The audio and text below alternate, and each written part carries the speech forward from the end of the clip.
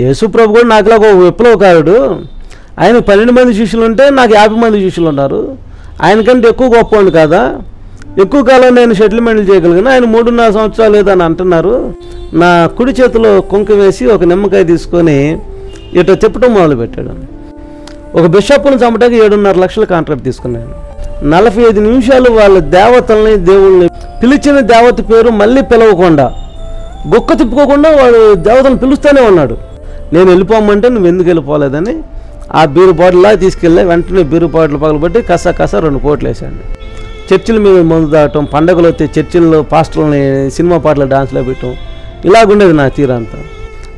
ఆదివారం అర్ధరాత్రి అమావాస్య రోజు ఊరు పొలిమేర దాటిన తర్వాత ఈ మంత్రాలు చదివి ఆ తెల్ల జిల్లేడు చెట్టు ఏర్లు పీగుతుంటే ఆ ఏర్లు వచ్చి మనిషిని కొడతాయి. ఆ పేక కోడి రక్తం తాగేసి చిందకొండ తాగమన్నాడు. వెంటనే నల్లకొండ రక్తం తాగుతుంటే ఈ దవడలన్నీ నొప్పులు పుట్టాయన్నమాట. ఆ పేక తెగక ఇండియాకు వచ్చిన వెంటనే ఈ బైబిల్ పెట్టినది మమ్మల్ని చంపేద్దాం అనుకున్నాను. ఫస్ట్ ఈ బైబిల్ నాకు ఎలా ఉందంటే చీమలు పాములు పాగినట్టు అయిపోయింది. ఈ బైబిల్ పెట్టినది మమ్మల్ని చంపేద్దాం అనుకున్నాను.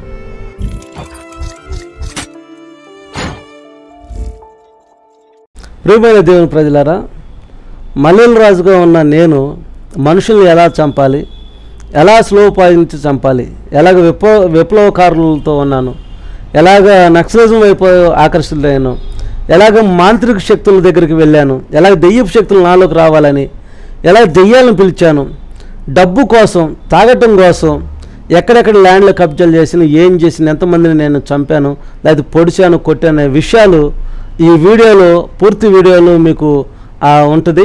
కాబట్టి ఈ విషయాలన్నీ నన్ను మార్చిన దేవుడి విషయాల గురించి కానీ, నన్ను రక్షించిన యేసుక్రీస్తు గురించి కానీ, నేను చేసిన పాపాల గురించి, అప్పుడు ఆ పాత జీవితం, ఆ రోత జీవితంలో ఉన్న విషయాలు తెలుసుకోవాలనుకుంటే మీరు ఈ వీడియోని పూర్తిగా మొదటి నుంచి చివరి వరకు చూడండి. సబ్స్క్రైబ్ చేయండి, లైక్ చేయండి తెలియజేస్తున్నాను. దేవుడు మీ అందరూ దీవించును గాక. ఆమేన్. Praise Lord. యేసుక్రీస్తు నామంలో వందనాలు తెలియజేస్తున్నాను. బ్రదర్ జోషి కూడా ప్రత్యేకమైన వందనాలు.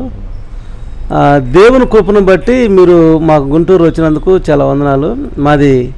నా పేరు మల్లెల రాజు, గుంటూరు జిల్లా పొన్నూరు మండలం నిడుబ్రోలు గ్రామం. మా తల్లిదండ్రులకి 6 సంతానం, 2 మగపిల్లలు, 4 ఆడపిల్లలు. అందరికంటే లాస్ట్ వాడుగా నేను జన్మించాను. నేను లాస్ట్ వాడుగా జన్మించినప్పుడు నాకు దేవుడు అంటే నమ్మకం ఉండేది కాదు. అంటే యేతువాదిలో పనిచేశాను. అంటే మీరు పుట్టుకతోనే క్రైస్తవులండి? కాదండి, మేము పుట్టుకతో క్రైస్తవం. మా అమ్మ నాగేంద్ర స్వామి, మా వెలువేల్పు నాగేంద్ర స్వామికి పూజలు చేస్తూ ఉండేది. నాగేంద్ర స్వామిని నమ్ముకునేది. మా ఇంట్లో కూడా నాగేంద్ర స్వామి ఫోటోలు ఉండేవి. ప్రతి శుక్రవారం మా పొన్నూరుకి 2 కిలోమీటర్ల దూరంలో పచ్చల తాడిపురం అనే గ్రామం ఉండేది, ఇప్పుడు కూడా ఉంది. ఈ పచ్చల తాడిపురం గ్రామంలో పెద్ద పొట్టు ఉంటుంది రోడ్డు పక్కనే. ప్రతి శుక్రవారం వెళ్ళి మా అమ్మ పాలు పోసి ప్రదర్శన చేసి రావాలి. ఒకవేళ ఏదైనా పని ఉండో తీరకో వెళ్ళకపోతే ఆ తెల్లారి పొద్దున మా అక్క వాళ్ళ శరీరంలో, మా చిన్నాన్న వాళ్ళ శరీరంలో నీటి పప్పులాగా మా ఒంట్లోకి ఆ పాము పడగలాగా వచ్చి ఉండేది. మా నాన్న మా అమ్మను కొట్టి మళ్ళీ శనివారం ఆదివారం వెళ్ళి దానికి పూజలు చేస్తే ఆ సోమ మంగళవారాల్లో అట్లా వెళ్ళిపోయేది మాలో నుంచి. అలాంటి జీవితంలో యేసుప్రభు మా అమ్మ ద్వారా, అంటే గేదెలని తోలుకొని వెళ్ళింది మా అమ్మ. ఒకసారి వెళ్తే చూడక ఆ తాసుపాము తాకుదొక్కితే ఏదైతే పూజలు చేస్తుందో అదే తాసుపాము మమ్మల్ని కాటేయడానికి లేచినప్పుడు ఎన్నిసార్లు ఆ దేవుడా అన్నా కానీ ఆ పూజలు ఫలించలేకపోయాయి. చివరికి ఆమె నోటి నుంచి యేసు అయ్యా నువ్వు ఉంటే నన్ను కాపాడు అని అరిస్తే యేసుప్రభు పేరెత్తంగానే ఆ పాము అక్కడే రాయి మీద కొట్టుకొని చనిపోవటం, అదంతా చూసి మా అమ్మ ఇంకా యేసుప్రభు నిజమైన దేవుడు, రక్షించిన దేవుడు కదా, చంపాలనుకునే దేవుడు కాదు కదా అనేది ఆమె తెలుసుకుని యేసుప్రభు అలాగా మా ఇంట్లోకి వచ్చాడు.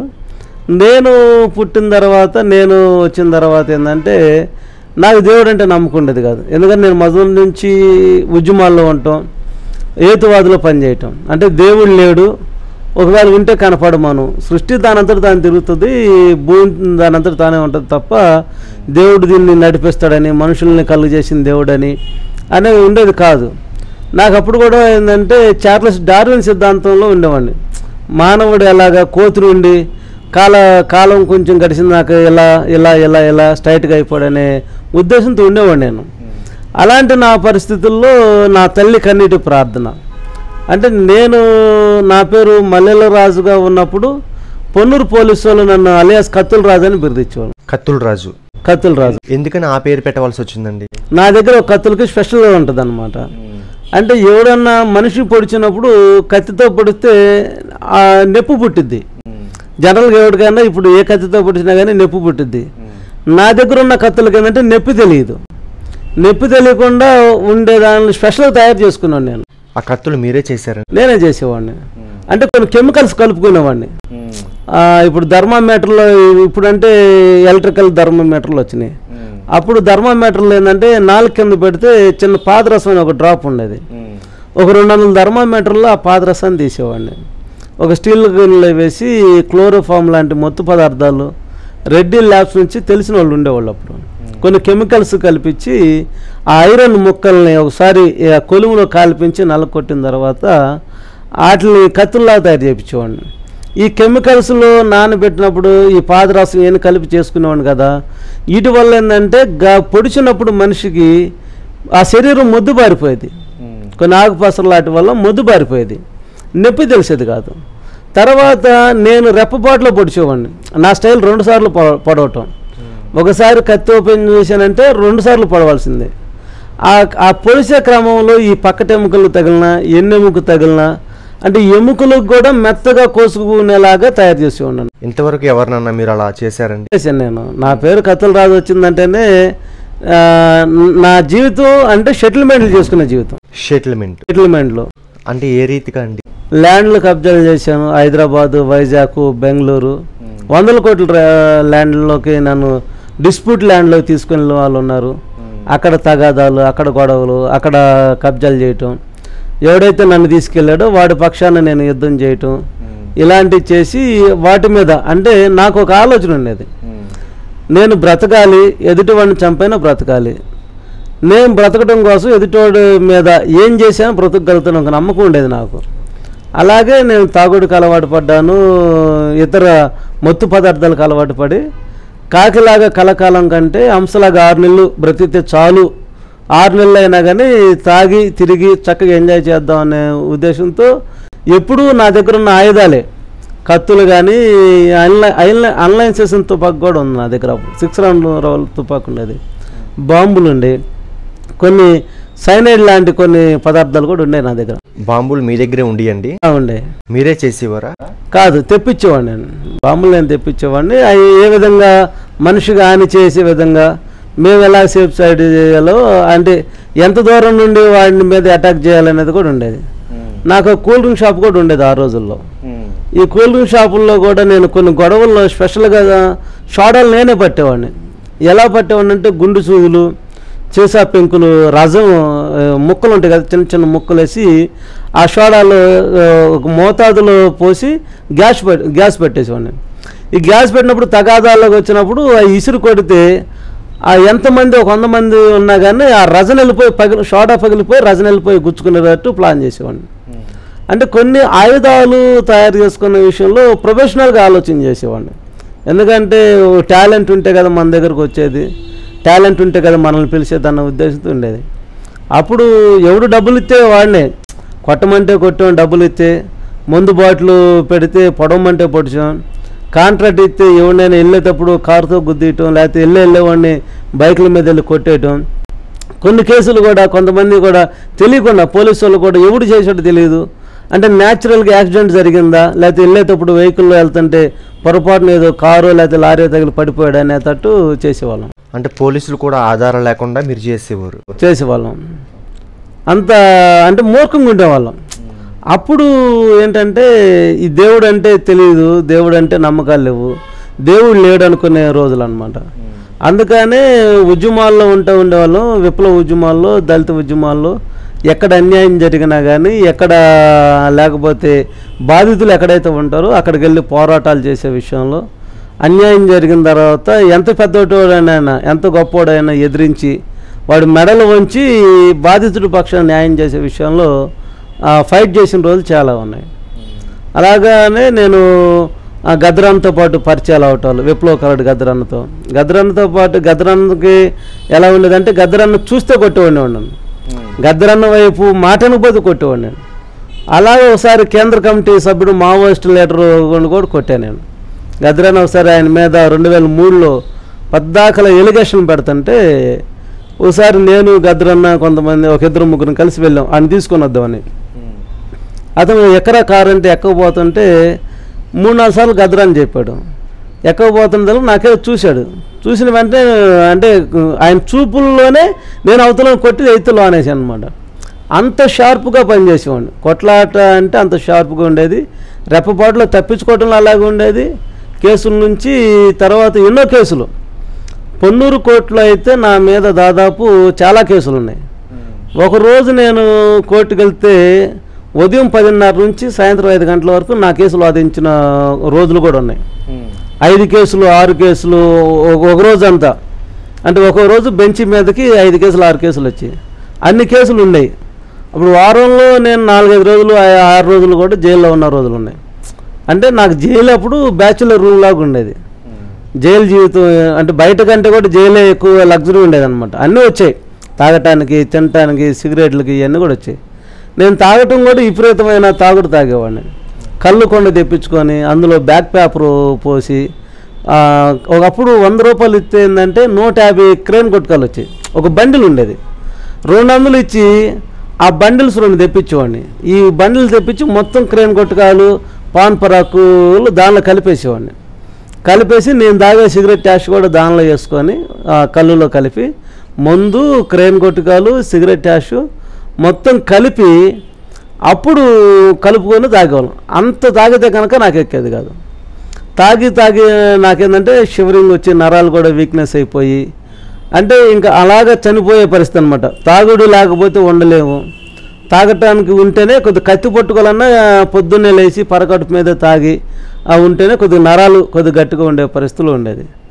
అలాంటి పరిస్థితుల్లోనే కాలం మేము అంటే కొనసాగించుకోవటం. అప్పుడు కొంతమంది చాలామంది మా దగ్గరకు వచ్చి అన్న ఈ సమస్య ఉంది, ఆ సమస్య ఉందంటే వాడు డబ్బులు ఇరా మాకు తాగటానికంటే డబ్బులు ఇస్తే ఏం చేయమంటే అది చేసాం. పోలీసులు కూడా అంత చిక్కని కేసులు మేము చేసేవాళ్ళం. అంటే ఒకసారి నెల్లూరులో ఒక మందు తయారు చేసాం. పర్ఫ్యూమ్ బాటిల్ పెట్టేవాళ్ళం. పర్ఫ్యూమ్ బాటిల్ జవర్ మ్యాక్స్లో కొన్ని కెమికల్స్ వేసేవాడిని. ఇప్పుడు ఇంకు ఫిల్టర్, అప్పుడు ఇంకు పెన్నులు వేయాలంటే ఫిల్టర్ ఒకటి ఉండేది, ప్లాస్టిక్ ఒకటి ఉండేది. ఆ ప్లాస్టిక్ దానిలో నల్ల త్రాసు విషయం తీసుకునేవాడిని. కొన్ని కెమికల్స్ వేసి ఈ సెంటు బాటిల్లో కలిపేవాడిని. కలిపి కుక్క మీద ప్రయోగం చేసేవాడిని, పిల్లి మీద ప్రయోగం చేసేవాడిని. ఆ కుక్క కాలుకి గ్రీన్ క్లాత్ ఒకటి, పిల్లి కాలుకి గ్రీన్ క్లాత్ ఒకటి కట్టేవాడిని.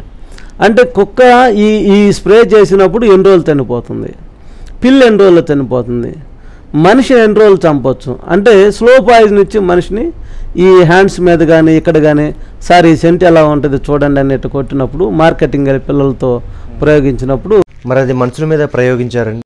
చేసాం, ప్రయోగం చేసాము.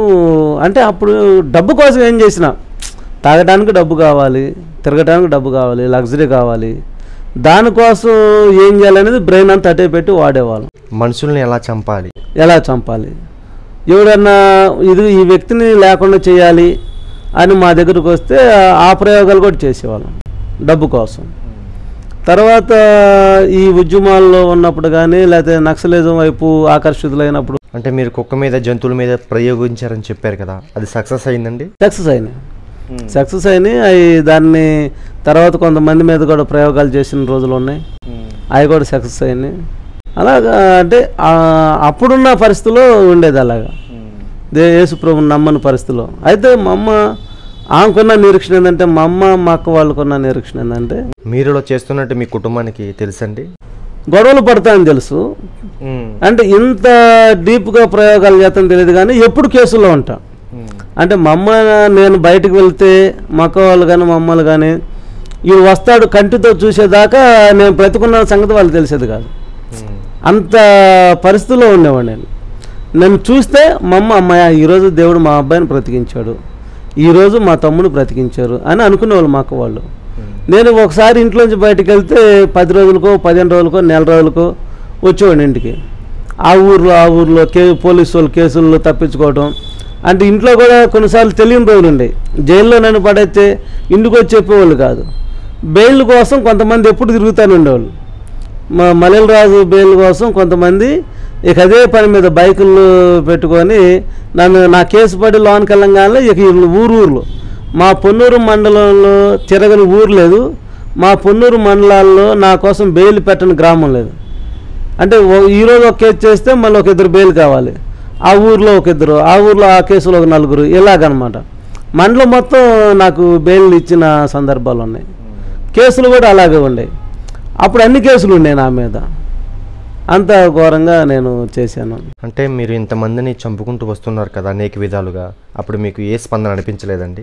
అనిపించేది కాదు నాకు అప్పుడు. అంటే ఆ జీవితం సెటిల్మెంట్ల మీద ఉన్నప్పుడు, డబ్బు మీద ఉన్నప్పుడు, డబ్బు కూడా తాగటం కోసమే, ఏదో సంపాదించాలి ఏదో చేయాలని కాదు. నాతో పాటు ఉండే ఎప్పుడు నా దగ్గర ఒక 40-50 మంది శిష్యులు ఉండేవాళ్ళు.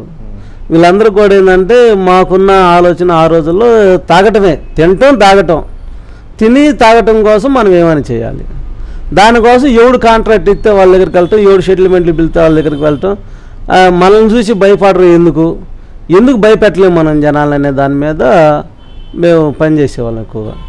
అదే క్రమంలోనే కొంతమంది ఉద్యమాల్లో పరిచయం అవటం, ఉద్యమాల్లోకి వెళ్తాం, పీడిఎస్యు అని, ఎస్ఎఫ్ఐ అని, తర్వాత గద్దరంతో పరిచయాలు కానీ, ఆ దిశగా 2003లోనే ఈడు ఇన్ఫార్మరు, నక్సలైట్లకి ఇన్ఫార్మర్ అనేది కూడా వచ్చింది నా మీద. అప్పుడు గుంటూరు జిల్లా ఎస్పీ గారు ఉన్నాడు. ఎస్పీ గారు ఒకరోజు గద్దరాన్ని పిలిపించాం, పొన్నూరు గద్దరాన్ని పిలిపిస్తే ఆయన పిలిపించిన సందర్భంలో మైక్ పర్మిషన్ కోసం, అంటే మీటింగ్ పర్మిషన్ కావాలి కదా, మీటింగ్ పర్మిషన్ కోసం వెళ్ళాను. డిఎస్పీ దగ్గరికి వెళ్తే డిఎస్పీ అన్నాడు, గద్దర పాంప్లెట్ చూసి వామ్మో ఈయనకి మేము పర్మిషన్ ఎస్పీ గారి దగ్గర తెచ్చుకోమన్నాడు. అప్పుడున్న పరిస్థితి ఏంటంటే ఇన్ఫార్మర్ అయినా కానీ అసలు నక్సలైట్లు అంటేనే ఆ పేరు ఎత్తితేనే చంపేసే పరిస్థితి అనమాట. అంత స్ట్రిక్ట్గా ఉంది అప్పుడు. వాళ్ళు కూడా అంత ఇదిగా ఉన్నారు. ఆ టైంలో నేను కొన్ని పాంప్లెట్లు, కొన్ని బుక్స్ తీసుకొని గుంటూరు ఎస్పీ గారి దగ్గరికి వచ్చాను. రవిశంకర్ అయ్యన్నారు అని ఉన్నాడు. ఆయన దగ్గరికి వస్తే ఆయన పర్మిషన్ కావాలండి అన్న. ఏ పర్మిషను? మైక్కి మీటింగ్ పర్మిషన్ కావాలండి, మీటింగ్ మైక్ పర్మిషన్ కావాలంటే సరే. ఆయన అన్నాడు, ఏది చూస్తే ముఖ్య అతిథిది ప్రజా యుద్ధ నౌక గద్దర్ అని ఉంది. ఎరా నువ్వు గద్దరుని పిలిపిస్తున్నావా, అది ఇది అసలు నీకోసం ఎన్ని రోజుల నుంచో చూస్తున్నావు అని పాయింట్ బ్లాక్లో గన్ పెట్టి కాల్ చేస్తానని చెప్పి ఇష్టం వచ్చినట్టు బూతులు తిట్టడం మొదలుపెట్టాడు. మీకు ఇలా గన్ పెట్టేశారు? గన్ పెట్టేశాడు. గన్ పెట్టి ఆ పాంప్లెట్ చూసిన వెంటనే అసలు ఉక్రోషుడు అయిపోయాడు. అయిపోయి పాయింట్ బ్లాక్లో గన్ పెట్టేశాడు. ఏం చేయాలి అప్పుడు పరిస్థితి? నేనేదో ఎస్పీ గారిని చేయటానికి వచ్చానని చెప్పి ఆయనకున్న సిబ్బంది అంతా వచ్చి, ఆయన పెద్ద పెద్ద తిడుతున్నాడు కదా, నా చుట్టూరు గన్లు పెట్టుకొచ్చున్నాను. ఇంకా మరణం అంచుల్లో ఉన్నా నేను. చుట్టూరు పోలీసులు ఉన్నారు గన్లు పెట్టుకొని, ఈయన ఉన్నాడు. ఇక నేనేం చేయాలి అర్థం కాదు. ఆ క్షణమే భూమి మీద నూకలు నాకు చెల్లుబాటు అయిపోయి అనుకున్నాను. ఎందుకు కళ్ళు మూసుకొని 2 నిమిషాలు ఆగి, సార్ ఒక మాట మాట్లాడాలనుకున్నాను, మాట్లాడొచ్చా అన్న. చెప్పరా ఏంటో అన్నాడు. నేను ఏదైతే కోరుకున్నానో అదే నా దగ్గర ఉంది సార్, నా ముందు ఉంది, నన్ను షూట్ చేయండి అన్న. ఏమనుకున్నాను అన్నాడు. వీర మరణం పొందాలనుకున్నానండి, విప్లవ మరణం పొందాలనుకున్నా, విప్లవ కాడులా చావాలనుకున్నా. ఇప్పుడు కరెక్ట్గా నాకు అది ఉంది. ఇప్పుడు కనుక మీరు నన్ను చంపేస్తే నా పేరు స్టేట్ అంతా కూడా, ఎందుకంటే గద్దరు మీటింగ్ కోసం వచ్చాను కదా నేను, లాల్సలాం రాజు అన్న, కామ్రేడ్ రాజు అన్న అంటారు. అందుకు ఇది కరెక్ట్గా నాకు, నేను ఏదైతే కోరుకున్నానో ఆ మనం నా ముందుంది. ప్రెస్ వాళ్ళు కూడా మీ కాంపౌండ్ వాళ్ళు బయట ఉన్నారు, నన్ను చంపి నా బాడీ 4 అప్పచెప్పండి, ఊరూరు నా పేరు మోరుమోగిపోద్దులే అని అన్నాను. అంటే ప్రెస్ వాళ్ళు ఉన్నారని చూసినంటే నిజంగా ప్రెస్ వాళ్ళని తీసుకెళ్ళాను. నాకు తెలుసు ఈ పరిస్థితి. గద్దరు పాంప్లెట్లు తీసుకొని మీటింగ్ పర్మిషన్ కోసం వెళ్తున్నానంటేనే వస్తానో రానని కూడా తెలుసు. పుల్ నోట్లోకి వెళ్తున్నాను నేను. అయినా కానీ అప్పుడున్న మూర్ఖపు ధైర్యం అనమాట. ఏదైతే అదే ఈరోజు చస్తే రేపు 2 కదా అనే ధోరణిలో ఉండేవాళ్ళం. వెళ్ళి నేను కోరుకున్నట్టుగానే ఆడు నా మీద ఫైర్ అవుతాం, అతను నేను ఏం చేయలేని స్థితిలో ఉంటాం. సరే ప్రెస్ వాళ్ళని చూస్తే ప్రెస్ వాళ్ళు ఉన్నారు అక్కడ. ఇంకా వెంటనే వచ్చారు, సార్ ఉన్నారు, ప్రెస్ వాళ్ళు ఉన్నారు అన్నారు. మరి ఏమనుకున్నాడు ఏమని తెలియదు కానీ వెంటనే లేచి బూతులు తిట్టి, ఈసారి దొరకపోతావా, నిన్ను కుక్కను కలిసినట్టు కాల్చిపోతానా అన్నాడు. అమ్మాయ కొద్దిగా భూమి మీద నూకలు ఉండేరా అనుకున్నాను. మళ్ళీ అంటే మరణం నుంచి నేను ఎప్పుడైతే ఈ పరిస్థితిలో ఉంటానో మా అమ్మ 24 గంటలు ప్రార్థన చేసింది. మా అమ్మ ప్రార్థన ఎలాగుంటుందంటే, నేను గనక కనపడకపోతే, అపాయం నా మీదకి ఏదైనా వస్తే, మరణం నా మీదకి ఏదైనా వస్తే ముందు ఫస్ట్ మా అమ్మకి తెలిసిపోయింది. అక్కడ ఆమె ఏడ్చి ఏడ్చి ఏడ్చి ఏడ్చి ఏడ్చి ఆ అపాయం నుండి నన్ను తప్పించే వరకు దేవుని పాదాలు పట్టుకుని వదలదు. ఆ ఏడుపు నాకు కొన్నిసార్లు ఏమనిపించిందంటే, ఏం ఏడుపుకే నేను చచ్చిపోతానేమో, ఈ ఏడుపు సోప దగ్గర నేను చస్తానేమో, నన్ను చంపేస్తారేమో అన్నంతగా ఏడ్చేదనమాట. కానీ ఆ కన్నీళ్ళే నన్ను కాపాడుతుందనే సంగతి నేను ఎరగలేకపోయాను. ఎప్పుడైతే నన్ను అతను వెళ్ళిపోమన్నాడో, మా అమ్మ ఇంటికి రంగాల మా అమ్మ చెప్పేది, అయ్యా నువ్వు మరణం నేను వెంటాడుతుందిరా, నువ్వు ఎక్కడో మరణ వంచుల్లో ఉన్నావు, దేవుడు విడిపించాడు, నేను ప్రార్థన చేశానంటే నేను నోరు మూయనివ్వండి. ఏంది పిచ్చి పిచ్చిగా ఉందా, నేను మరణం మంచంలో ఉన్నమాట వాస్తవమే, నీకు ఎవడో చెప్తే తెలుసుకున్నావు, నా స్నేహితులు నాతో వచ్చిన వాళ్ళు లేకపోతే నేను ఎవరితో అంటున్నా నువ్వు విని మళ్ళీ నాకే చెబుతున్నావా? అయినా నీ దేవుడు అంత గొప్పవాడైతే ఇప్పుడు కనపడమను, ఇప్పుడు మాట్లాడమను, ఇప్పుడు రమ్మను, అసలు ఇప్పుడు రమ్మను, నీ దేవుడు చూపించాను అన్నావు కదా, ఇప్పుడు రమ్మను అనేవాడిని. కాదయ్యా నా దేవుడు నాకు చూపించాడు, నువ్వు రాత్రి నిన్న ఇట్లా ప్రమాదంలో ఉన్నావు. మా అమ్మ ముందుగానే చెప్పేది, అయ్యా ఈరోజు నువ్వు ఇటు ఏదో ఊరు వెళ్తున్నట్టుండో వెళ్ళబాకు, నీకు ప్రమాదం పొంచి ఉంది, నిన్ను డెవిల్ సాతానుగాడు వెంటాడుతున్నాడు, నిన్ను చంపేయాలనుకుంటాడు, నువ్వు దేవుని వాగ్దానంతో ఉన్నావు, నా ప్రార్థన వ్యర్థం కాదు, దేవుడు నేను రక్షించుకుంటాననేది ముందే చెప్పేది. నేను నమ్మేవాడిని కాదు. అలాంటి పరిస్థితులు కూడా విడిపించబడి ఉన్నాయన్నమాట. ఒకసారి 2004లో కూడా రేగులగడ్డ, మన పిడుగురాల దగ్గర రేగులగడ్డ, మోర్జంపాడు, గంగపాడు అట్టుకుంటా, అది మోర్జంపాడు గంగవరం, రేగులగడ్డ అని ఒక ఊరు ఉంది, పిల్లొట్ల అని ఉంది. ఈ రేగులగడ్డ అనే గ్రామం కృష్ణానది ఒడ్డు మీద ఉంటుంది. కృష్ణానది ఒడ్డు మీద అక్కడ అందరూ అన్నలే ఉంటారు. ఆ గ్రామంలో యవనస్తులు కుర్రోళ్ళు ఎలా ఉంటారంటే, ఒకడు కూడా ఉండేవాడు కాదు.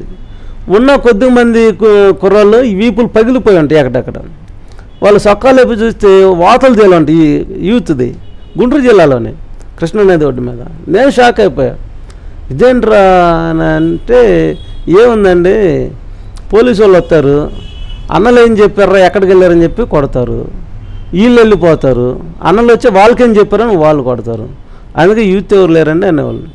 నేను ఒక విషయంలో ఒక పని మీద నేను నా శిష్యులు కలిసి ఆ గ్రామానికి వెళ్తుంటే కారులో గ్రేహాండ్స్, బీహార్ వాళ్ళకి గ్రేహాండ్స్ వాళ్ళకి తెలుగు రాదు, హిందీ వాళ్ళు, గ్రేహాండ్స్ వాళ్ళకి నేను దొరికా. అక్కడ గ్రేహాండ్స్ వాళ్ళకి దొరికినప్పుడు గన్నులు చూపించి ఆ గాలిలో ఫైరింగ్ చేసి దిగండి అని అన్నారు.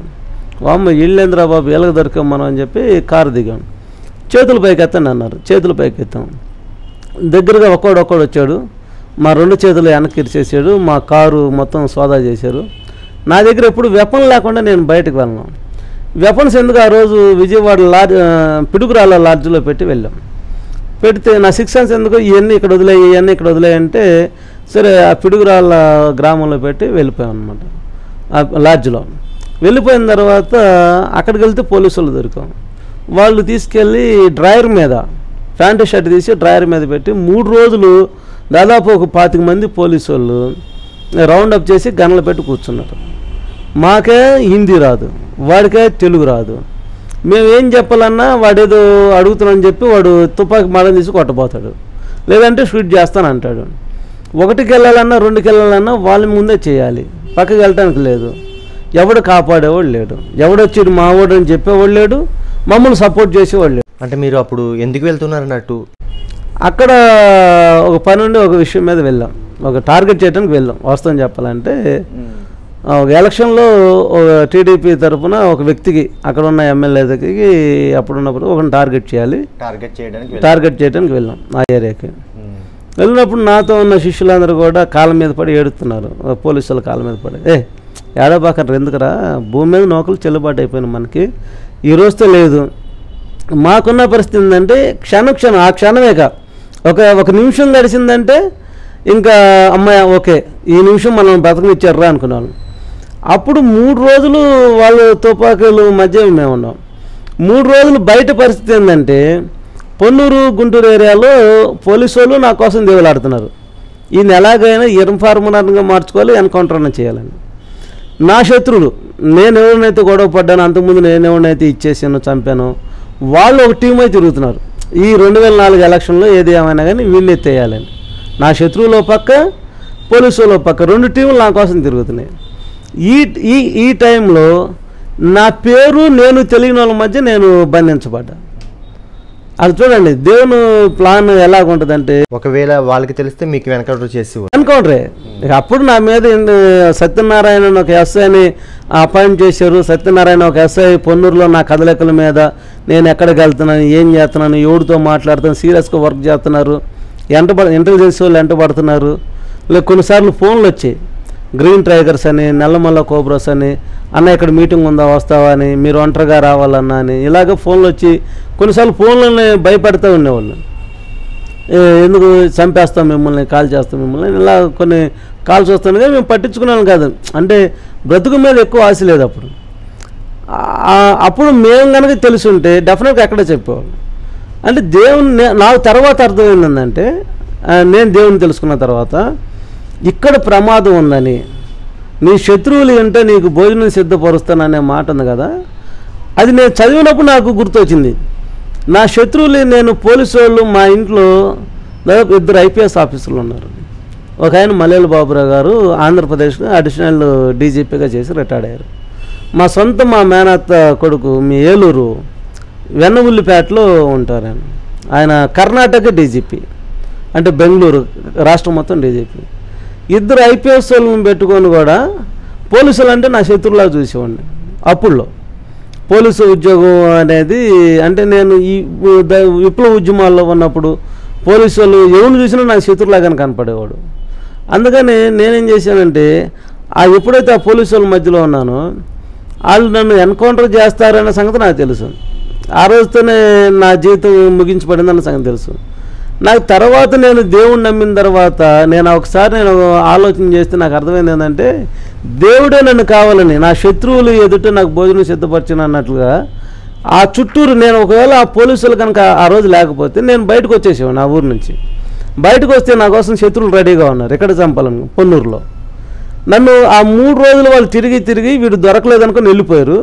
వెళ్ళిపోయిన తర్వాత వాళ్ళు ఏమనుకున్నారు తెలియదు కానీ, ఆ బీహార్లు ఉటాని చెల్లు అని చెప్పి వెళ్ళిపోని చెప్పేసి నా బట్టలు నా శిష్యులకి బట్టలు ఇచ్చేసి వెళ్ళిపోమని చెప్పారు. మేము ఇంటికి రాగానే మా అమ్మ గట్టిగా వాటేసుకొని ఏడుతా అయ్యా అని ఏడుతూ ఉంది. ఆ రాత్రి మా అమ్మ గోడకి అంటే ఇటు కొట్టుకొని ఏడితే నుదుటి పగిలి రక్తం కారేంతగా ఏడ్చి ప్రార్థన చేసి నా కోసం. ఆ మందిరంలోకి వెళ్ళినా నేను అపాయంలో ఉన్నాను అంటగానే దేవుడు వెంటనే తెలియజేసేవాడు. తెలియజేసిన వెంటనే ఆమెకి రక్తం గారేంతగా ఎన్నోసార్లు తలపగలు కొట్టుకుని ఏడ్చిందాం. బబ్బులు అంత మోకాళ్ళ మీద తిరిగి ఆమె ఏడుపులు కొన్నిసార్లు మల్లెలరాజు చనిపోయాడు, ఎక్కడ చనిపోయాడు, ఎప్పుడు వస్తున్నాడు అనుకున్నంతగా ఏడ్చేదనమాట. వస్తే బతికొచ్చాడా, ఏం కాలేదు కదా అనుకునేవాడు. అంతగా మా అమ్మ ఇంటికి రంగానే మా అమ్మ అడిగేది, అయ్యా ఏమైందిరా, నువ్వు రాత్రి నిన్న మొన్న మరణం నీ దగ్గర ఉంది, నల్లటి సింహం నోరు తెరుచుకుని ఉంది, దేవుడు దర్శనంలో చూపించాడని. నోరు మూయి అనేవాడిని. ఇదేంట్రా నమ్మవేది నువ్వు అనేది. నేను నమ్మేవాడిని కాదు, మా అమ్మను కొట్టడానికి వెళ్ళాను. పోలీసు వాళ్ళు నన్ను తరుముతో ఉన్న పరిస్థితుల్లో నేను దొరికేవాడిని కాదు. 4 గంటలకు నేను మా ఇంటికి వెళ్ళేవాడిని, తెల్లారి గట్ట 4 గంటలకి. ఈ 4 గంటలప్పుడు మా అమ్మ మోకాల మీద ప్రార్థన చేసి ఎక్కి ఏడుస్తూ ప్రార్థన చేసి మా అమ్మ మాకు ప్రార్థన చేస్తే మా అమ్మని నేను తంతానికి వెళ్ళేవాడిని. ఆ ప్రార్థన నాకు ఎలాగుండేదంటే, నా చెవులకి ఈ 2-3 గంటలను పనుకోనికుండా ఈ ఏడుపులేంది, ఈ సోపు ఏంటి అని అనుకున్నాను. అంటే శోకాలు పెట్టి ఏదో చచ్చిపోయినోడు ఏడుతున్నట్టుగా ఉండేది నాకు. ఆ సోపు దగ్గర నేను చచ్చిపోతానేమో అంటారు కదా, అలాగుండేది. నేను చెప్పేవాడు మా అమ్మకి, అమ్మ నీకు ఒకటే చెబుతున్నా సీరియస్గా, వస్తే అన్నం పెట్టు, సస్తే పారాయి. ఈ 2 తప్ప నా కోసం ఏడ్చి ప్రార్థన చేయటాలు, ఏడ్చి ఉంటాలు, ఇవన్నీ ఏం చేయబాకు. నేను ఉన్నాను కదా, ఏదో రోజు చావాల్సిందే. పుట్టిన ప్రతి పెరగాలి, పెరగటం జరిగితే చావాలి. చచ్చేదానికోసం నువ్వు ప్రార్థన చేయటాలు, చచ్చేదానికోసం నువ్వు ఇచ్చేటాలు చేయబాకు అని చెప్పి నేను చాలాసార్లు చెప్పేవాడిని. చెప్తే అయినా కానీ మా అమ్మ విసుక్కోకుండా ఆమెకు దేవుడు వాగ్దానం చేశాడు, ఏదో ఒక రోజు నీ కొడుకు నేను మార్చుకుంటాను. ఆమె ఆ నిరీక్షణ కలిగే ప్రార్థన చేసేది. ఎన్నిసార్లు నా మీద ఉన్న ప్రేమకి మా అమ్మ వాళ్ళు మా అక్కళ్ళు నేను ఏదన్నా అంటే నాకు తెలుసు నా మరణం ఎవడో నన్ను చంపేస్తాడన్న సంగతి తెలుసు, నేను చేసిన పనులకి, నేను చేసే సెటిల్మెంట్లకి, నా వృత్తి అది కాబట్టి. అప్పుడు చంపేసినప్పుడు వీళ్ళు ఏమైపోతారో తట్టుకోలేరేమని చెప్పి కొన్నిసార్లు నేనే వాళ్ళని నన్ను అసహించుకోవాలని ఇంట్లోనే మందు తాగటం, ఇంట్లోనే వెపన్స్ పెట్టుకోవటం, ఇంట్లోనే ఆయుధాలు పెట్టుకోవటం, ఇంట్లోనే అన్నం బాగలేదని ఇసురు కొట్టడం, కసురు కొట్టడం, కొన్నిసార్లు నన్ను కొట్టి ఇళ్ళ నుంచి తరివేయటం. అంటే ఈ విధంగా చేస్తే కనుక వీళ్ళు నన్ను అసహించుకోరు అని ఇంత చేసేవాడిని నేను. అయినా కానీ వాళ్ళు నన్ను విసుక్కునేవాళ్ళు కాదు. ఏదో ఒక రోజు దేవుడు మారుస్తాడు కదా, ఏదో ఒక రోజు దేవుడు ఇచ్చేస్తాడు కదా అని. అలాంటి పరిస్థితుల్లో కూడా దేవుడు నంద్యాలలో నేను ఉన్నప్పుడు ఎస్పి సీతారామాంజనేయులు అని నా ఫ్రెండ్స్ ఇద్దరిని, అప్పుడు నేను ఉన్న నరేష్ అని నా ఫ్రెండ్ ఉండేవాడు. నరేష్ అని నా ఫ్రెండ్ని నేను ఇద్దరం కలిసి భూమా నాగిరెడ్డి దగ్గర నెలకు 5,000 రూపాయలు ఇస్తే ఖర్చులకు ఇచ్చేవాళ్ళు మాకు. అప్పుడు వాళ్ళు వ్యాన్లంబడి తిరగటం, వాళ్ళు బాంబులు ఏమన్నా కడబెట్టడం, గొడవలకు వెళ్ళటం, వెళ్ళిపోయి ఎవరిని కొట్టమంటే అని కొట్టడం, ఏంటి ఎలక్షన్లు అప్పుడు బ్యాలెట్ ఓటింగ్ అనమాట, ఆ బ్యాలెట్ బాక్సుల్లో సిరా పోయటం, ఇంకుపోయటం, ఇలాంటి గొడవలకి తిరుగుతున్న రోజుల్లో కూడా నాతో పాటు ఉన్న ఇద్దరిని ఎన్కౌంటర్ చేసాడు. మూడో వ్యక్తిగా నేను ఉండాలి. ఇద్దరిని ఎన్కౌంటర్ చేసేసారు. మూడో వ్యక్తి నేను, ఇక నరేష్ అనేవాడు ఉన్నాడు. మమ్మల్ని ఇద్దరిని ఎన్కౌంటర్ చేయాలి. అప్పుడు నరేష్ దగ్గర మా దగ్గర 6 రౌండ్ రివల్వర్ ఉండేది, అన్లైసెన్స్. దాన్ని పెట్టుకుని ఆ వెపంతో మేము కొద్దిగా ధైర్యంగా తిరుగుతూ ఉండేవాళ్ళం. ఆ టైంలో కూడా మేము మా అమ్మకి ఒకసారి కళ్ళు మూసుకొని ప్రార్థన చేస్తుంటే మరణం నా దగ్గరలో ఉన్నదని తెలియజేసింది. వెంటనే నాకు ఉత్తరం రాసింది, అయ్యా నువ్వు నాకు బాగలేదు రారా అంటే వచ్చాను. నేను వస్తే వెళ్ళంగానే కాళ్ళు పట్టుకొని ఏడ్చి, చావు నిన్ను వెంటాడుతుందిరా, నిన్ను చంపేయాలనుకుంటున్నారు, మా మాటను అని ఏడిస్తే, సరే నేను ఇంకా మళ్ళీ నంద్యాల వెళ్ళలేదు. నేను ఒక 1-2 నెలలు వెళ్ళకపోయేదానికి నాకు వచ్చిన వార్త ఏంటంటే నాతో ఉన్న అతను కూడా చంపేశారు, నరేష్ అనే అతను కూడా చంపేశారు. అప్పుడు అర్థమైంది నాకు, ఓహో మా అమ్మ చెప్పింది నిజమే, మనం ఈ ప్లేస్లో ఉన్నట్టయితే ఇక్కడ చంపేసేవాళ్ళు కదా మనల్ని. అక్కడ మా ఫ్రెండ్ ఒకడిని మస్తాన్ అనేవాడిని, మాలిక్ అనేవాళ్ళు, మేము 3 ఫ్రెండ్స్ ఉండేవాళ్ళం. మస్తాన్ కూడా మర్డర్ అయిపోయి చనిపోయాడు, గుంటూరులోనే చంపేశారు వాడిని. వాడిని ఒకసారి కొట్టారని చెప్పి ఒకడు మేము అతి దారుణంగా కొట్టి చంపాం. మీరు వాడిని కొట్టారని, మా ఫ్రెండ్ని కొడతావా నువ్వు అని అంత కసిగా చంపేశాను. ఒడ్డుముక్కలు అనే ఒక గ్రామం ఉండేది. ఈ ఒడ్డుముక్కలు అనే గ్రామంలో కూడా ఒక చిన్న మాట, ట్రాక్టర్లో పొన్నూరు నుంచి 2 కిలోమీటర్లు, మా ఊరు రెడ్డిపురాలు, మా ఊరు నుంచి 2 కిలోమీటర్లు ఒడ్డుముక్కలు ఉంటుంది. ఒకే ట్రాక్టర్ ఎక్కువ. నేను బాగా మందు తాగున్నాను. అప్పుడు వేరే వాళ్ళని కొట్టాలని సరికర్రలు పెట్టుకొని ఉన్నాం. అక్కడ లోదరన్ చర్చి ఒకటి ఉంటుంది, లోదరన్ చర్చి దగ్గర కర్రలు పెట్టుకొని రెడీగా ఉన్నాం. వేరే వాడిని ప్లాన్ చేసి వీడేం చేశాడు, ఒకడు ఆ మాటల్లో వాడు తాగున్నాడు, మేము తాగున్నాం, చిన్న మాట తగిలాడు. ఇంకా స్పాట్ వచ్చేలోపు అక్కడ ఆపి దిగరా అని చెప్పి అరికాలు గిలక దగ్గర నుంచి ఈ మెడ వరకు అంగుళం గ్యాప్తో కొట్టాను నేను అన్ని. 12 గంటల నుంచి 4 గంటల దాకా, తెల్లారి గట్ట 4 గంటల దాకా కొడతానే ఉన్నాను. పడతా ఉన్నాడు, లేపి కొట్టాను. ఇట్ట కొట్టిన తర్వాత 3 రోజులు మంచంలో ఉండి పాపం చనిపోయాడు. చనిపోతే ఊరు కూడా తెలుసు అది మల్లెల రాజు కొట్టడం వల్ల ఇది అయిపోయాడని. కానీ అప్పుడు నా పరిస్థితి ఏంటంటే, పేపర్లో 3 అంశాలు మందుకి పోతే పొడిచాడు, సిగరెట్ ఇపోతే పొడిచాడు అని ఇలాంటి న్యూస్ వస్తూ ఉండేది పేపర్లో. కానీ కొంతమంది ఇలాగా మల్లెల రాజు పొడిచాడు, 3 అంశాలు మందు ఇపోతే పొడిచాడు. కొంతమంది బార్లో కబురు చేసేవాళ్ళు, అన్న ఎందుకన్నా 3 అంశాలు కాబట్టి ఇక్కడ 3 ఫుల్లు తాగాను నేను, కాదని మా బార్లో కూర్చో అని ఇట్లా చేసేవాళ్ళు. అంత భయంకరమైన పరిస్థితుల్లో కూడా నేను ఊహించలేని అంత ఇది. అంటే ఇలాంటి లైఫ్ నాకు ఉంటుంది. 150 మంది రౌడీ షీటర్లు నా జైల్ మేట్స్. అంటే మేము ఒక టీం ఉండేవాళ్ళం, 150 మంది దాకా ఉండేవాళ్ళు నాతో పాటు జైల్లో ఉన్నవాళ్ళు, జైల్ మేట్స్. వాళ్ళందరూ చచ్చిపోయారు, ఈరోజు లేరు, వాళ్ళు చంపబడ్డారు. కొంతమందికి రోగాలు వచ్చి హెచ్ఐవి వచ్చి చనిపోయిన వాళ్ళు ఉన్నారు, కొంతమంది బాంబులు వేసి చంపబడ్డ వాళ్ళు ఉన్నారు. మాకు తెలిసి నారకోడి శ్రీని అని నా ఫ్రెండ్ ఆయన ఉండేవాడు, బుజ్జిగాడు చెట్టిపల్లి బుజ్జి అని ఒకడు ఉండేవాడు. నేను 3 కలిసి బాగా తిరిగేవాళ్ళం. స్టోవట్పురం దొంగలతో కొన్ని పరిచయాలు ఉండేవి. ఆ దొంగ బంగారం తెచ్చిస్తూ ఉండేవాళ్ళు, దొంగ నోట్లో వస్తూ ఉండేవాళ్ళు. అంటే ఈ ఫీల్డ్లో అన్ని రకాల వాళ్ళు కలుస్తూ ఉన్నారు. జేబు దొంగల కాడ నుంచి ఇంటర్నేషనల్ దొంగల దాకా కలుస్తూనే ఉండేవాళ్ళు, అన్ని రకాల వాళ్ళు కలిసేవాళ్ళు. అప్పుడే తాగుతూ అన్ని విషయాలు షేర్ చేసుకుంటూ ఉండాలి. ఒకరోజు పొన్నూరు నుంచి నేను బుజ్జి అనేవాడు ఇద్దరం బయలుదేరాం. నారాకోట రావాలి. నారాకోట నుంచి స్టువర్ట్పురం వెళ్ళాలి. నేను సీను ఇతను ఒక సెటిల్మెంట్ మీద వెళ్ళాలి. ఆ క్రమంలో చేబ్రోలు రాగానే నా 6 సెన్స్ ఎందుకో పొన్నూరెల్లు అని పదే నా మనసు చెప్తుంది. నేను చేబ్రోలు దిగేసా. చేబ్రోలు నుంచి నారాకోటూరు ఎంత 2-3 కిలోమీటర్ల దూరం ఉంటుంది.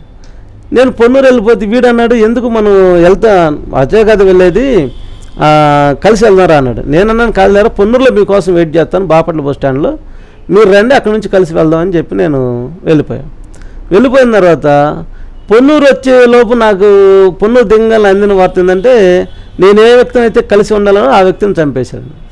బాంబులే చంపేశారు. మేము కనుక ఆ సీన్లో ఉంటే ఆ బాంబులు మా మీద కూడా పడాయి అన్నమాట. అంటే దేవుడు యొక్క కాపుదల ఉన్నప్పుడు దేవుని యొక్క అంటే ప్రార్థన, మెయిన్ ప్రార్థన, తల్లి ప్రార్థన ఎంత అంటే 1-2 సార్లు కాదు, అనేక సార్లు ఆ బంధకాల నుంచి విడిపించడం, లేకపోతే ఆ మరణపాయం నుంచి విడిపించడం నేను దగ్గరగా ఉండి చూశాను అనమాట. ఇన్నిసార్లు ఒక వ్యక్తి ఆ మరణం నుంచి తప్పించబడాలంటే హైలీ ఇంపాసిబుల్. కానీ నేను ఈరోజు సజీవ సాక్షిగా ఉన్నానంటే అసలు నేను ఇన్ని రోజులు నేను 2024 దాకా బ్రతుకుతానని, 2024లో ఈ పరిశుద్ధ గ్రంథం పట్టుకొని దేవుని సువార్తను బోధిస్తానో, లేకపోతే యేసుక్రీస్తు పాటలు రాస్తానో అని నేను ఏ రోజు అనుకోలే. ఓ రోజు 2003లోనే గద్రాన్ వాళ్ళ కొడుకు చనిపోతే తుఫ్రాన్ వెళ్ళి మేము సమాధి చేసి వస్తున్నాం. సమాధి చేసి వస్తుంటే వచ్చేటప్పుడు హైవేలో అక్కడ కూడా గ్రే హ్యాండ్స్ వాళ్ళు పోలీసు వాళ్ళు ఆపారు. గద్రాన్ను పక్కన తీసుకుని వెళ్ళారు, నన్ను పక్కన తీసుకెళ్లారు, మమ్మల్ని చెల్లాచెదురు చేశారనమాట. చెల్లాచెదురు తీసి అడవిలో తీసుకెళ్ళి షూట్ చేస్తామని చెప్పేసి తుపాకీ పెట్టేశారు. మీకేం పని రా, విప్లవకారులతో ఏం పని అది ఇదని. తర్వాత మళ్ళీ ఏమనుకున్నారో సాయంత్రానికి 5-6 గంటలు తీసుకొచ్చి మెయిన్ రోడ్లో వదిలిపెట్టేశారు. అంటే అక్కడికి వెళ్తాం, మరణం దాకా వెళ్ళటం, మరణ పంచుల్లోంచి మళ్ళీ తిరిగి రావటం అన్నిసార్లు అనమాట, ఒకసారి కాదు చాలాసార్లు. ఈ క్రమంలోనే ల్యాండ్ సెటిల్మెంట్లో హైదరాబాద్లో అస్మత్పేటలో ఒక ల్యాండ్ కబ్జా చేసాం. వైజాగ్, మధురవాడ, కొమ్మాది, చిప్పాడ, నడిగట్టు, సబ్బువారం, గొల్లలపాలెం అనే ఏరియాలో కూడా కొన్ని 100 కోట్ల రూపాయల ల్యాండ్లు కబ్జాలు చేశాను. దేవుని తెలుసుకున్న తర్వాత అవన్నీ వదిలిపెట్టేశాను. ఆ నెత్తురు కూడా నాకు అవసరం లేదనుకున్నాను, నేను ఆ 10 కూడా వదిలిపెట్టేశాను. అలాగా నా జీవితం సాగింది. తర్వాత నేను ఇంకా టోటల్గా శత్రువులు ఎక్కువైపోయినప్పుడు, అప్పటికే నాకు కూల్ డ్రింక్ షాప్ ఉండేది పొన్నూరులో. ప్రతిరోజు గొడవలు, ప్రతిరోజు పడవటం, ప్రతిరోజులు ఇయ్యే. గవర్నమెంట్ హాస్పిటల్లో డాక్టర్లు చెప్పారు 2 సార్లు పోట్లు ఉన్నాయంటే ఇది మల్లెల రాజు గారు పొడిచిందే కదా అన్నాడు. వాళ్ళు చెప్పాలంటే పొడిపించుకుంటూ చెప్పాల్సిన పరిస్థితి లేదు. అలాంటి టైంలో నా శత్రువులు ఎక్కువైపోయారు కాబట్టి నేను కొన్ని క్షుద్ర పూజలు చేయాలి, కొన్ని చేతపడి శక్తులు నాలోకి రావాలి, కొన్ని ఉంటే బాగుంటుంది అనిపించింది నాకు. అప్పుడు నేను అనుకున్నానంటే అఘోరాల దగ్గరికి వెళ్దాం, కాశీ వెళ్ళిపోదాం, అఘోరాలతో ఉందాం, కొంతకాలం వాళ్ళతో జీవిద్దాం, కొన్ని మంత్రాలు, కొన్ని తంత్రాలు, కొన్ని భానుమతి శక్తులు ఇవన్నీ తీసుకుని వద్దాం అని నేను నిర్ణయించుకుని మెంటల్గా ఫిక్స్ అయిపోయాను. మా ఫ్రెండ్స్ కొంతమంది ఉంటే వాళ్ళని అడిగితే వాళ్ళు అన్నారు, ఎందుకన్నా మనకి దగ్గరలో నిడుబ్రోల దగ్గరలో రైల్వే స్టేషన్ దగ్గరలో కొండరాజు అని ఉన్నాడు, కోయిరాజు వాడికి చాలా చేతపడి శక్తులు తెలుసు అన్న, వాడి దగ్గరికి వెళ్దాం పదా అన్నాడు. నేను అన్నాను, కాదు నీ మొహం రా, ఇక్కడ వద్దు, మనం అక్కడికి వెళ్దాంలే, కాశీ వెళ్దాం పదండి. కాశీకి వెళ్ళి ఒక 2-3 నెలలు 4-5 నెలలు వాళ్ళతో కలిసిపోయి వాళ్ళలాగా శవాల మీద కూర్చొని శవాళ్ళు తింటూ కొన్ని శక్తులు ఇట్టా నేర్చుకున్నారా, మన ఒంట్లోకి రావాలనుకున్నాను. అంటే వాడన్నాడు, ఎందుకన్నా ఒకసారి వెళ్దాం, ఇక్కడ చూద్దాం, ఇక్కడ చూసిన తర్వాత కాకపోతే అక్కడికి వెళ్దాం అన్నాడు. సరేరా పద అని చెప్పేసి వాడిని తిట్టుకుంటూ వెళ్ళాను నేను.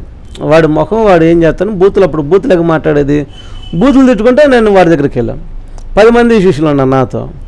వెళ్ళినప్పుడు వాడు ఏమన్నాడంటే, కొండరాజు అని మా ఫ్రెండ్ వాడు పిలిచాడు, కిషోర్ అనేవాడు.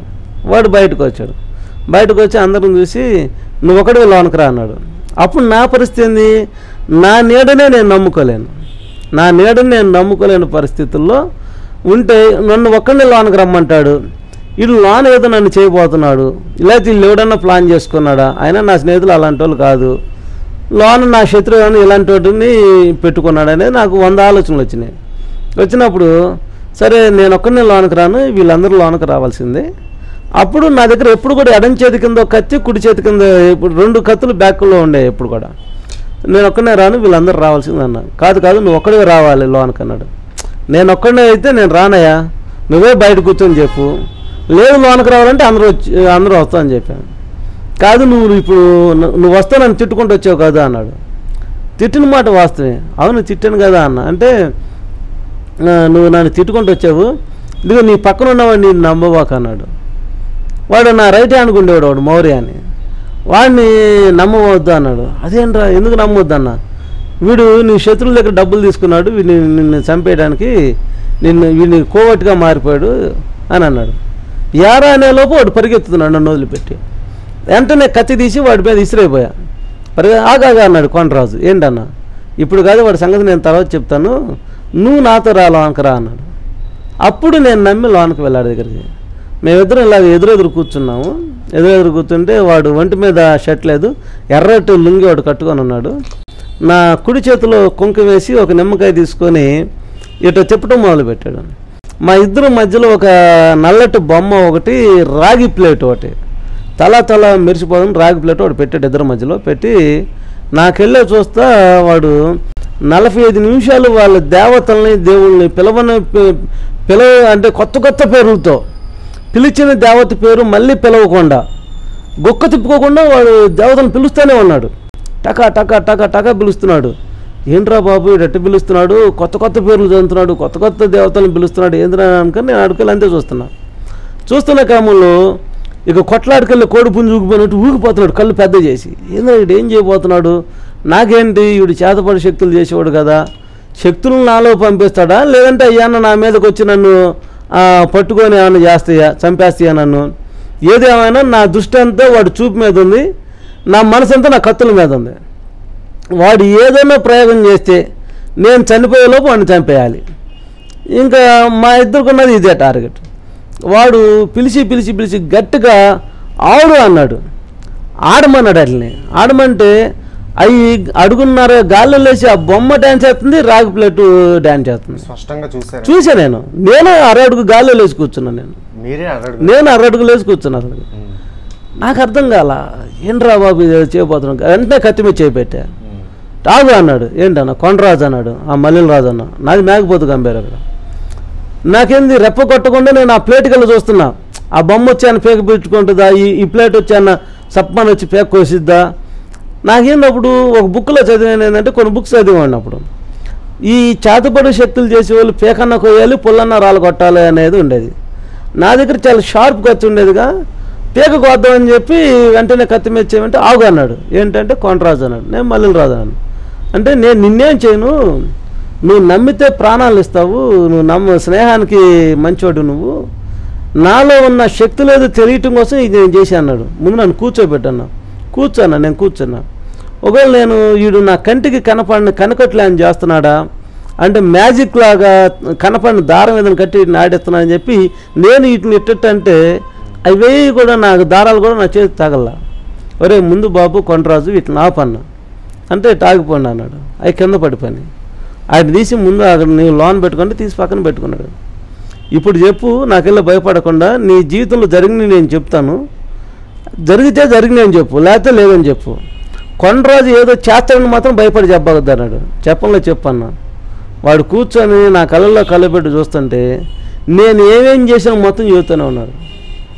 అసలు ఎక్కడ ఎవరిని కొట్టాను, ఎక్కడ ఎవరిని పొడిచాను, ఎప్పుడు జైల్లో ఉన్నాను, ఎప్పుడు జైలుకి వెళ్ళబోతున్నాను, దొంగ నోట్లతో నాకు ఉన్న సంబంధాలు ఏంటి, లేకపోతే అప్పుడు ఉన్న వచ్చేవాళ్ళు ఆ దొంగ బంగారం తీసుకొని స్టోవట్పురం దొంగలు వచ్చేవాళ్ళు కానీ ఎక్కడ ఏం చేసిన మొత్తం ఒక్కొక్కటి చెబుతుంటే అవును నేను చేసిన పనులన్నీ ఎప్పుడెప్పుడో చేసిన పనులు కూడా చెబుతున్నాడు. వాడు ఏంద్రా ఎంత కరెక్ట్ చెబుతున్నావు, ప్రతిదీ అవును.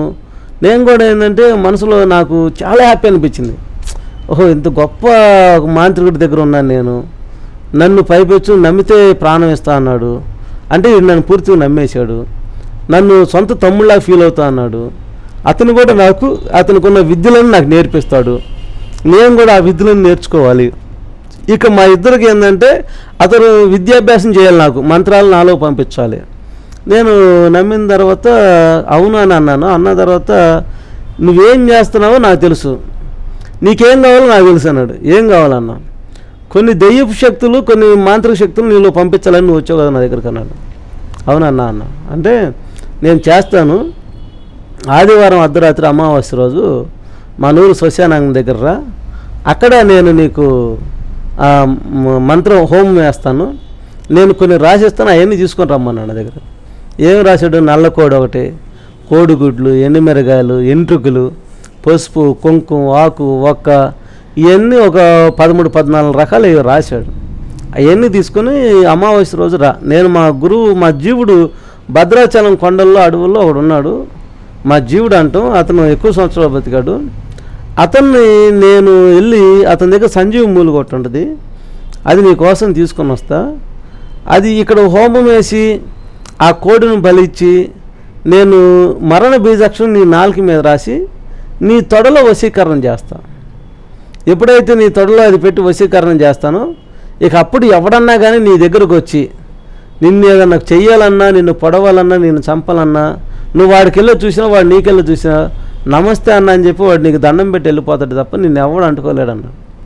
బా, అంత గొప్పవాడురా నువ్వు, ఇంత టాలెంట్ పర్సన్ నువ్వు నాకు దొరికావు, ఇంత గొప్పవాడు దొరికావు అని చెప్పి నేను నమ్మి నువ్వు వెళ్ళరా అని ఇమ్మీడియట్గా వెళ్ళమని చెప్పాను.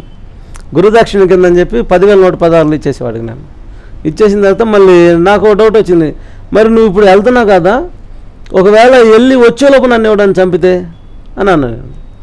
అప్పుడు దాకా నీకు చంపకుండా నిన్ను కాపాడటం కోసం ఒక తాయిత్తు ఎత్తనని చెప్పి వాడు ఒక మంత్రించి ఒక తాయిత్తు తీసి నా మలతాడులో కట్టాడు. మరి ఈ తాయిత్తు నాకు ఎప్పుడైనా పని చేసిద్ది అన్న, పని చేసిద్ది, నేను వచ్చేదాకా ఇది ఉంటుంది, నేను వశీకరణ చేసిన తర్వాత ఇది తీసేస్తాను నీకు అని అన్నాడు. రైట్ మా నాన్న, ఎక్కడైనా పని చేసిద్దా అన్నాడు. ఎక్కడైనా పని చేసిద్ది కానీ మీ ఇంట్లో పని చేయదు, మిగిలిన చోట అన్ని చోట్ల పని చేసిద్ది అన్నాడు. అదేంటి మా ఇంట్లో పని చేయకపోవటం ఏంది, మిగిలిన చోట్ల పని చేసిద్ది, మా ఇంట్లో ఏముందన్న, వచ్చినా చెబుతాలే అన్నాడు. వచ్చినా చెప్పటం కాదు కొనరాజు, ఇప్పుడు చెప్పు, చెప్తే నేను కొంత జాగ్రత్తగా ఉంటాను, మా ఇంట్లో ఎందుకు నాకు పని చేయదు అనేది. గిల్లి పెట్టి వెళ్తున్నా అంటే కాదులే గురు నేను వచ్చినా చెప్తా అన్నాడు. అయ్యా బాబు నాకు ఈ గిల్లి తీసే ఫస్ట్, నువ్వు చెప్పు, నేను జాగ్రత్తగా ఉంటా. మా ఇంట్లో ఎందుకు పని చేయదు ఇది, మిగిలిన చోట ఎందుకు పని చేసిద్ది అన్న. తప్పదా అన్నాడు. తప్పదని గట్టిగా నిలదీస్తే వాడు చెప్పింది ఏంటంటే, మీ ఇంట్లో మెమ్మ ప్రార్థన చేసిద్ది కదా అన్నాడు. నీకు అటు తెలుసు అన్న, మీ ఇంటిలో హిస్టరీ ఎంత కనపడుతుంది నాకు అన్నాడు. నాకు వెళ్ళేవాడు చేస్తున్నప్పుడు మా అమ్మ ప్రార్థన చేస్తున్నట్టు కనపడుతున్నాడు. అంటే ప్రార్థన ముందు ఏది నిలబడదా అన్న, ప్రార్థన ముందు ఏ శక్తి నిలబడదు అన్నాడు.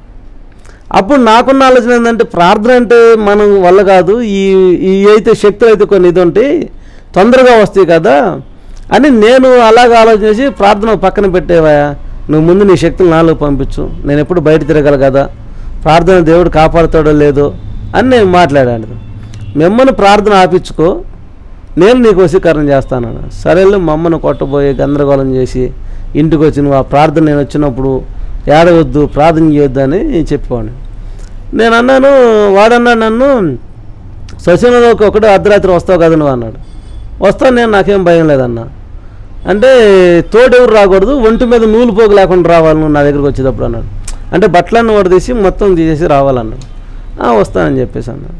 నేను అప్పటికి నా పరిస్థితి ఏంటంటే, మా ఊరు శ్మశానం ఉండే, నిడుబ్రోల శ్మశానం, ప్రతిరోజు రాత్రి వెళ్ళిపోయి దెయ్యాలను పిలిచేవాడిని. బాగా తాగెళ్ళి, దెయ్యాలారా రండి స్నేహం చేసుకుందాం, ఫ్రెండ్షిప్ చేసుకుందాం, మీరు నేను కలిసి ఉందాం రండి అని పిలిచేవాడిని దెయ్యాలని.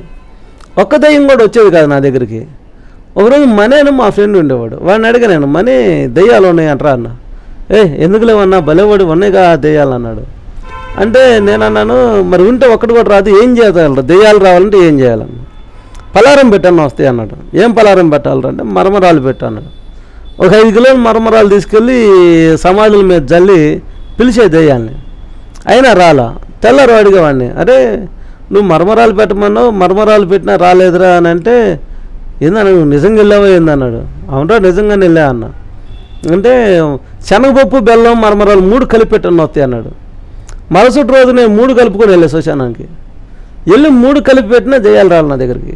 బూతులు తిట్టే దెయ్యాలు, ఇసుగు పుట్టి కోపం వచ్చి, అసలు మీకు ధైర్యం ఉందా దెయ్యాలారా, మీరు అసలు దెయ్యాలేనా, పిరికి వాళ్ళని పట్టించుకోవడం ఎందుకు, నాలాయన దగ్గర రండి, మీరు నాలోకి రావాలని నేను కోరుకున్నా, రమ్మన్న వాళ్ళ దగ్గరికి ఎందుకు రారు మీరు కనుక ఉంటే, సిగ్గు ఉంటే, శరం ఉంటే మీరు నా దగ్గర రావాలి, మీరు నాతో ఉండాలి, నేను మీతో ఉండాలి అని కోరుకున్నాను అని తెల్లారులు పిలిచి అలసిపోయి ఆ సమాధుల్లోనే పొనుకునేవాడిని.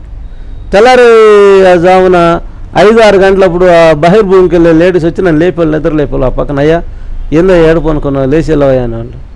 రాత్రి అంతా నా కేకలకి సమాధుల్లో తీసుకెళ్ళి అంటే ఆ చుట్టుపక్కల కొద్దిగా కేకలు వినపడేవాళ్ళు. అమ్మో శ్మశానంలో ఏదో జరుగుతుందిరా అని తొంగి చూడటానికి కూడా వచ్చేవాళ్ళు కాదు.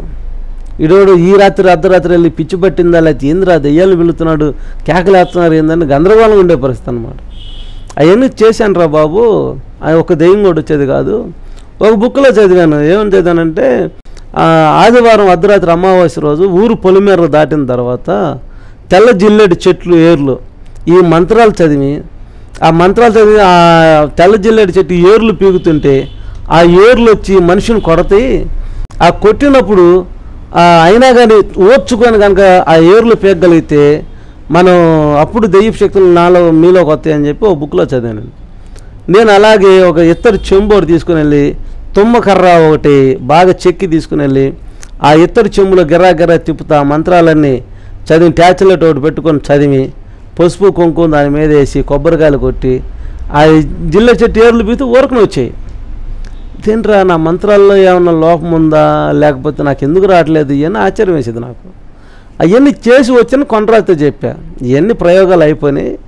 నేను ఇంకా కాశీ వెళ్ళి అఘోరాలతో కూర్చుందాం అనుకున్నాను. తీరా మా ఫ్రెండ్స్ నువ్వని చెప్పారు, నీ దగ్గరకు వస్తే అన్నీ కరెక్ట్గా అని చెప్పావు.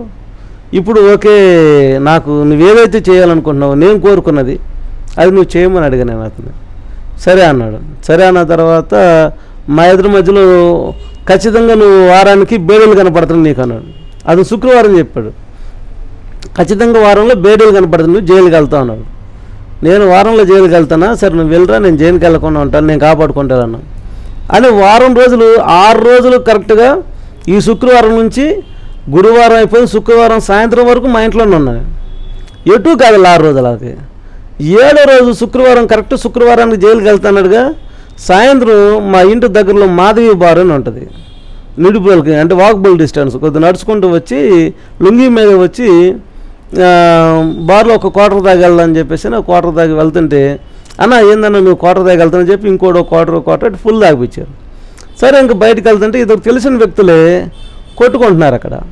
మనకు అనవసరంలే ఈ కొండరాజు చెప్పాడుగా జైలుకి వెళ్తానని ఎవడు జోలికి వెళ్ళకూడదు, ఆడి మాట అబద్ధం చేయాలి అని చెప్పి నేనేం చేశాను, వెళ్ళిపోదామని చెప్పి వెళ్తుంటే అందులో ఒకడు అన్న చూడన్నా వీడు నా మీదకి వస్తున్నాడు అని తెలిసినోడు మాట్లాడాడు.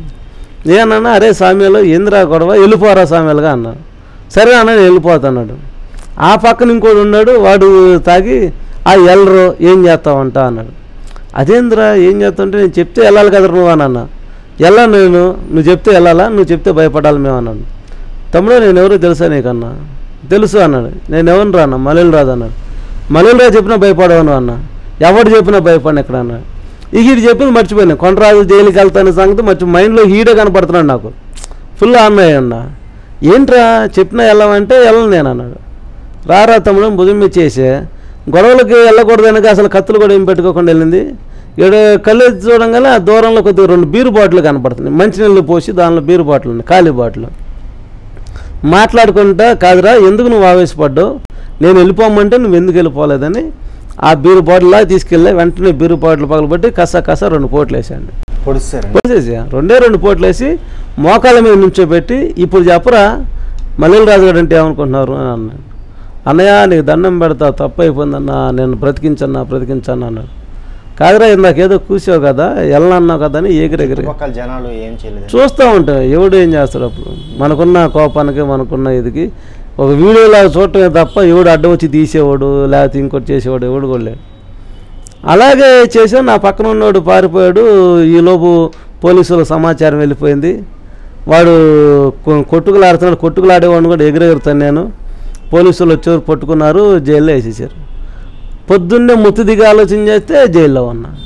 జేంట్రా కొండరాజు గారు అబ్బా వారం రోజుల్లో జైలుకి వెళ్తా అన్నాడు. వారం రోజుల్లో కరెక్ట్ వారంకి నేను జైల్లో కూర్చున్నా. మళ్ళీ దానికి బెయిల్ కోసం 15 రోజులు 20 రోజులు పట్టింది. 15 రోజులు బయటకు వచ్చిన తర్వాత కొండరాజు చెప్పి నేను జాగ్రత్త కొనమన్నాను కదా, నువ్వెందుకు కొట్లాడికి వెళ్ళావు అన్నాడు. ఆదివారం అర్ధరాత్రి కోసం వాడు మళ్ళీ వెళ్ళి ఆ సంజీవ్ మూలికి తెచ్చాడు. వశీకరణ కోసం నేను శ్మశానంలోకి వెళ్ళాను. వెళ్ళిన తర్వాత ఆ శ్మశానం ఎంటర్ అయ్యేటప్పుడు నా బట్టలు అవన్నీ ఇడిచేసి ఆ మలతాడుగా తాయిత్తు ఉంది కదా, అది వాడు తీసేస్తాను కాబట్టి మలతాడు మీద వెళ్ళాను నేను. ఆడక్కడ హోమం వేసాడు, మొత్తం శుభ్రం చేశాడు, చుట్టూరు పారాయణం చేశాడు. పారాయణం చేసి ఆ గుడ్డు పగలగొట్టి హోమం వేసాడు. ఆవు నెయ్యి కూడా దానిలో మొత్తం మంటని ఎక్కువ చేశాడు. వాడు చేస్తూనే నా 2 రెక్కలు ఇరిసి ఆ కాళ్ళు గట్టిగా పట్టుకొని ఆ పేక కోడి రక్తం తాగేసి చిందకుండా తాగమన్నాడు. వెంటనే నల్లకోట రక్తం తాగుతుంటే ఈ దవడలన్నీ నొప్పులు పుట్టాయన్నమాట. ఆ పేక తెగక ఆ కొద్ది కొరుకుతుంటే ఆ రక్తం అంతా పోతుంది కదా అంటే, నువ్వు అసలు తాగే పచ్చిది రక్తం అంతా తాగే అన్నాడు. అంతే బలంతాన పెట్టి తాగుతా ఉన్నా. చుట్టూరు పారాయణం చేయన్నాడు. పారాయణం చేశా. ఎప్పుడైతే చేస్తున్నాడు నా మీద ఆ మరణ బేజాక్షం నా నాలుగు మీద రాసి తొడలో కోసి అని చెప్పి ఒక కోసి వశీకరణ చేస్తున్నాడుగా ఆ కత్తి తీసుకున్నాడు. ఆ సంజీవ మూలిక తీసుకున్నాడు. నాకు వశీకరణ చేసే లోపు ఏదైతే వాడు తెచ్చాడో వాడు ఆ మంటల్లో వేసి వెళ్ళిపోతున్నాడు. నాకు అరే ఇంద్రా వెళ్ళిపోతున్నావు, కొండరాజు ఏమైంది, కొండరాజు ఏమైపోయిందని నేను కేకలు వేస్తుంటే కాదు నేను వెళ్ళిపోతున్నాను అన్నాను. ఏమైందన్న, నా పూజలు శక్తులు నా మీద తిరగబడుతున్నాయి, అవి నన్ను బంధించేటట్టు అన్నాడు. అది ఎందుకు బంధిస్తే నేను అన్న, నువ్వు పోయి మీ ఇంటి దగ్గర మీ అమ్మ ప్రార్థన ఆపుకోవా, మీ అమ్మ ప్రార్థన చేస్తున్నా అక్కడ పో అన్నాడు. నేను వచ్చి చూస్తే మా అమ్మ ఎక్కి ప్రార్థన చేస్తూ ఉంది. ఇక మా అమ్మని తిట్టే చూడు, బీభత్సమైన తిట్లు తిట్టాలి, నోటి పట్టరాని మాటలైనామని గందరగోళం చేసి నా కోపం తట్టుకోలేక మా ఇంటి తలుపులను తంతే ఇనప గడువులు కూడా బెండ్ వచ్చేసింది అనమాట. ఆ తలుపులను బద్దలు కొట్టి చిందర ఇల్లంతా గందరగోళం పీకి పందిరేసి అనమాట. అంటే ఒక మంచి మూమెంట్ నాలో చెడిపోయింది కదా అని చెప్పేసి. అయినా మా అమ్మ ఇది కాకుండా ఇసుకుపోకుండా వేసారకుండా నా కోసం ప్రార్థన చేసి ఇంకా ఖచ్చితంగా వాడు కొండరాజు నా కోసం ఎంతో ప్రయత్నం చేశాడు. వాడు ప్రయత్నం చేశాడు కానీ మా ఇద్దరి మధ్యలో మళ్ళీ ఆ మూమెంట్ మళ్ళీ కుదరలా. అంటే చేతపడి శక్తులు నాలోకి వస్తాయంటే ప్రార్థన ద్వారా నా వెనకాల ప్రార్థన వస్తుంది కాబట్టి ఆ శక్తులు ఏవి కూడా నాలోకి రాలేకుండా ఉన్నాయి. నేను శ్మశానంలోకి వెళ్ళినా, నేను దెయ్యాలు పిలిచినా, ఏం చేసినా నేను కనపడినప్పుడల్లా మా అమ్మ ప్రార్థన చేస్తూ ఉండేది. ఈ ప్రార్థన ఎంతకాడికి వచ్చిందంటే నా దగ్గరికి ఒక ప్రాకారం లాగుండి మా అమ్మ చేసే ప్రార్థన ఏ దెయ్య శక్తులు కూడా నా దగ్గర రానికుండా చేసింది. అంత గొప్ప ప్రార్థన చేసింది మా అమ్మ నా కోసం. ఇంకా నేను కరెక్ట్గా 1 మంత్లో ఇంకా ఫారెస్ట్లోకి వెళ్ళిపోతాను, పూర్తి టైం పని చేయాలని అనుకున్నాను. కొంతమంది చెప్పేసి అన్న నేను కూడా వచ్చేస్తాను, పూర్తి టైంలో ఇక్కడ ఉంటే కాదు కష్టమని అని చెప్పాను. మా అమ్మకు కూడా చెప్పాను, అమ్మ నేను ఇంక అడవికి వెళ్తున్నాను, విప్లవకారుని అయిపోతాను, నక్సలిజంలో చేరిపోతున్నా, ఇంక మీరు నా కోసం ఆడవద్దు. ఒకవేళ మీ అబ్బాయి లేడు అని కనుక ఏదైనా అనుకొని ఉంటే ఇదిగో ఈ లెటర్ ఒకటి రాస్తాను, లెటర్ చూపించి తప్పించుకున్నా. ఏమన్నంటే భారతదేశ రాజ్యాంగం ప్రకారం 23 సంవత్సరాలు దాటిన వాడు మేజర్ అయిన వాడు వెళ్ళాల్సిన చోటకి వెళ్ళొచ్చు, ఉండాల్సిన చోట ఉండొచ్చు. కాబట్టి వాడిని బట్టి తల్లిదండ్రులకు కానీ బంధుమిత్రులు ఎవరికి హాని జరగకూడదు. ఒకవేళ నేను తప్పు చేశాను అనుకుంటే నన్ను పట్టుకొని నన్ను చంపాల్సింది తప్ప నా వల్ల నా తల్లికి కానీ నా అక్కలకు కానీ హాని జరగకూడదని ఒక ఉత్తరం రాసి మా అమ్మకి పెట్టాను. ఇది మీ దగ్గర పెట్టుకు, ఎప్పుడైనా కాపాడుకో, ఇక నెలలో నేను వెళ్ళిపోతానని చెప్పేసి. మా అమ్మ ఏడుస్తూ అంటే స్వీట్లు తీసుకొచ్చి నోట్లో పెట్టి ఇంకా ఇది నేను వెళ్తున్నందుకు నువ్వు శుభ సందేశం అనుకో అని చెప్పేసి నేను చెప్పేది మా అమ్మ. ఆమెకేందంటే బాగా లేక 4 ఆడపిల్లల తర్వాత పుట్టిన వాడు కదా, దేవుడు వాగ్దానం చేశాడు అని ఇలాగ ఏడుతుంది. నేను నెలలో అడవికి వెళ్ళి పూర్తి టైం పని చేయాలనుకున్నా. నెలలో నాకు కువైట్ నుంచి వీసా వచ్చింది ఒకటి. అంటే మా అక్క వాళ్ళు, మా పెద్దక్క రైల్వే కోడూరులో ఉంటారు, కడప జిల్లా. ఆమె అక్కడ పాస్పోర్ట్ నాది అక్కడే తయారు చేయించి, ఇప్పుడంత ఉన్నంత స్ట్రిక్ట్ అప్పుడు లేదు. డబ్బులు కట్టి సంతకం పెడితే పాస్పోర్ట్ వచ్చేది. ఇన్ని ఎంక్వైరీలు, ఇంత తలనొప్పి ఉండేది కదా. ఆమె పాస్పోర్ట్ పంపించి ఆ పాస్పోర్ట్ కాపీలు అక్కడ కువైట్ పంపించడం, కువైట్ నుంచి నాకు వీసా రావటం. నేను అప్పుడున్న పరిస్థితి ఏంటంటే నేను ఇంట్లో నుంచి ఎక్కడ కనపడపోతే నన్ను పోలీసు వాళ్ళు, ఇంటెలిజెన్స్ వాళ్ళు టార్గెట్ చేస్తారు. నాకున్న ఒక ఆలోచన ఏంటంటే ప్రతి క్రిమినల్గా ఆలోచన చేసుకున్నాను నేను. ఇప్పుడు కువైట్ వీసా వచ్చింది, అందరికీ తెలిసినట్టు కువైట్ వెళ్ళినట్టు వెళ్ళిపోయి ఒక 2-3 నెలలు అక్కడ ఎంజాయ్ చేసుకొని 3 నెలల తర్వాత బేగంపేట ఎయిర్పోర్ట్లోకి వచ్చేసి అడవిలోకి వెళ్ళిపోతే పోలీసు వాళ్ళకి, ఇంట్లో వాళ్ళకి అందరు కువైట్లో ఉన్నాడు వీడు. నాకులాగా అక్కడ ఒక సంవత్సరానికో 2 సంవత్సరాలకు ఉత్తరం రాసి ఉన్న, రైటింగ్ లాగా ఉత్తరం రాసి ఉన్న పెట్టుకొని ఒరే నాయన ఇది ఈ అడ్రస్కి ఎప్పుడన్నా నీ అడ్రస్ ఇచ్చి ఒక ఉత్తరం రాయమను, వాళ్ళు వేసిందని సమానం 4 లైన్లు, నేను బాగున్నాను నువ్వు బాగున్నారా, త్వరలో వస్తానని చెప్పి ఒక ఉత్తరం రాయరా అని చెప్పి మనం వెళ్ళిపోదాం అనుకున్నాను. నేను వెళ్ళిపోదాం అనుకుని కొన్ని విప్లవ సాహిత్య బుక్స్ అవన్నీ కూడా పెట్టుకొని నా బ్యాగు బట్టల కింద పెట్టుకొని కువైట్ వెళ్ళిపోయాను. నేను కువైట్ వెళ్ళిపోయిన తర్వాత నేను వెళ్ళటంతోనే కువైట్ గల్ఫ్ ఇంట్లో నన్ను 2 సంవత్సరాలు కాంట్రాక్ట్ పెట్టేసారు డ్రైవర్గా. నాకు అర్థం కాలేదు, నా పాస్పోర్ట్ లాక్కున్నారు. మనం ఇక్కడ ఏమనుకుంటాం, ఇండియాలో తిరిగి వెళ్ళిపోతాం అనుకుంటాం. అక్కడ పరిస్థితులు వేరే కొన్ని. అక్కడ ఎప్పుడైతే నన్ను పాస్పోర్ట్ తీసుకొని 2 సంవత్సరాలు పెట్టుకోవడానికి వాళ్ళు ఇష్టపడ్డారో నేను ఇక మైండ్ ఇదైపోయింది, వెళ్ళిపోవాలి. ఒక నెలలో నేను వెళ్ళిపోవాలనుకున్నాను కదా, ఈ దేశం వదిలిపెట్టి అడవికి వెళ్ళాలనుకున్నా. ఈ దేశంలో ఒక పనివాళ్ళ ఒక బానిస అయిపోయాను. నా పరిస్థితి ఏంటంటే బానిసని రాజుని చేయి, రాజును బానిస చేయబోకని సిద్ధాంతంలో ఉండేవాడిని. నేను గుంటూరు ఆంధ్రాలో రాజులాగా బ్రతికా. ఎక్కడికి వెళ్ళినా శిష్యులు, తాగటానికి, తినటానికి, తిరగటానికి, సెటిల్మెంట్లు, ఈ లగ్జరీ లైఫ్ ఉండేది నాకు ఎప్పుడు కూడా. అలాంటి నేను వెళ్ళి ఒక కారు కడుక్కోవటం, టీలు అందించడం, ఇదేంద్రా బాబు అనే నాకు పక్క. పైపొచ్చి అరబిక్ భాష నాకు అర్థం కావట్లా. తెలుగు మాట్లాడేది ఎవడు లేడు, తెలుగు పేపర్ లేదు, తెలుగు టీవీ లేదు, తెలుగు మాట్లాడేవాడు లేక నా మైండ్ అసలు ఎట్టుందంటే చాలా పిచ్చి ఆలోచనలు. ఎందుకు ఈ బతుకున్నాం, చనిపోతే పోయేది అనే కాడకి వచ్చేసిందనమాట. అప్పుడు నేను విప్లవ సాహిత్య బుక్స్ అన్నీ ఉన్నాయి కదా, అవి చదువుదామని చెప్పేసి నేను నా బట్టలో అడుగు బ్యాగ్ తీసి బుక్స్ తీస్తే మా అమ్మ ఏం చేసింది, ఆ బుక్స్ అన్నీ పడేసి బైబిల్ పెట్టింది. ఈ బైబిల్ ఇసురు కొట్టాను నేను, వెంటనే వాళ్ళని ఇసురు కొట్టాను. ఇండియాకు వచ్చిన వెంటనే ఈ బైబిల్ పెట్టినది మా అమ్మని చంపేద్దాం అనుకున్నాను ఫస్ట్. ఈ బైబిల్ నాకు ఎలా ఉందంటే చీమలు పాములు పాగినట్టు అయిపోయింది. అంత కోపం అయిపోయి ఈ బైబిల్ ఇసురు కొట్టి ఈ బైబిల్ పెట్టినది మా అమ్మని చంపేద్దాం అనుకున్నాను. అయినా కానీ సరే ఇండియాకి వెళ్ళాలి కదా, వెళ్ళిన దాకా వెయిట్ చేద్దామని ఉన్నాను.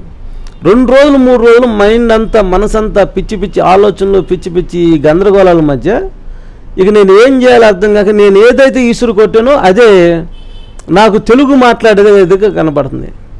నేను ఇసురు కొట్టింది తెలుగు, ఇక అంతే. ఇక అది తప్ప నాకు తెలుగు మాట్లాడేవాళ్ళు కానీ తెలుగు కానీ ఏది లేదు. తప్పని పరిస్థితుల్లో సరే ఏదో ఇట్లా ముందు తెలుగు అనేది ఉంటుంది కదా, అసలు ఏముందో తెరుద్దా అని చెప్పేసి జిప్పు అలా తీసి అలా చదవగలను. యెషయా 41వ అధ్యాయము 8వ వచనం కనపడుతుంది. నా సేవకుడైన ఇశ్రాయేలు, నేను ఏర్పరచుకున్న యాకోబు అని ఉంది. నా సేవకుడైన ఇశ్రాయేలు, నేను ఏర్పరచుకున్న యాకోబు అని ఉంది. ఏంటి, అప్పటికి నేను ఈతేరు అనే ఒక గ్రామంలో, అంటే పొన్నూరుకి ఒక 10 కిలోమీటర్ల దూరంలో ఈతేరు ఉంటుంది. ఈతేరు అనే గ్రామంలో ఇద్దరు ఓసన్న ఒక మినిస్ట్రీలో ఇద్దరు పాస్టర్స్ని, అంటే ఓసన్న మినిస్ట్రీలో పాస్టర్ని, నా ఎడం చేతి కింద ఒకడిని, కుడి చేతి కింద ఒకడిని, మీరు దేవుడికి ఎట్ట ప్రార్థన చేస్తారంటే నీళ్ళు మోకాలు వేసి ప్రార్థన చేస్తున్నారు ఓసన్న మందిరం వాళ్ళు. ఇక్కడైనా చికెన్ పెట్టుకున్నాను, ఇక్కడైనా ముందు పెట్టుకున్నాను. ఇక్కడోడు అక్కడోడు ఉండేవాడు. సరే వాళ్ళు ఏదో చిన్న విషయం వేరే ఓడి చెప్పాడు కాబట్టి మ్యారేజ్ విషయంలో ఎంటర్ అయ్యారని ఈ చేతి ఈయన కొట్టాను, ఈ చేతి ఈయన కొట్టాను. ఉదయం నుంచి సాయంత్రం దాకా కొట్టాను వాళ్ళని. ఆడు మళ్ళీ ముందు గ్లాస్ ఇవ్వాలి, వీడు చికెన్ ముక్క నోట్లో పెట్టాలి. అలాగే సాయంత్రం దాకా చేశాను. ఒక బిషప్ను చంపటానికి 7.5 లక్షలు కాంట్రాక్ట్ తీసుకున్నాను. ఏఎల్సి బిషప్ను చంపటానికి 7.5 లక్షలు మాట్లాడి తీసుకున్నాను. చర్చిల మీద మందు తాగటం, పండగలు వస్తే చర్చిల్లో పాస్టర్లని సినిమా పాటలు డాన్స్లో పెట్టడం, ఇలాగుండేది నా తీరంతా. అంటే దేవుడు అంటే భయం లేదు కదా అప్పుడు. నేను అప్పటికి ఇలాగ వెళితే ఇలాగ చేసి వచ్చినాను కదా, నా సేవకుడైన ఇశ్రాయేలు, నేను ఏర్పరచుకున్న యాకోబు, బూది కొనల నుండి పిలుచుకునేవాడా, నువ్వు నా దాసుడు అనియు అని.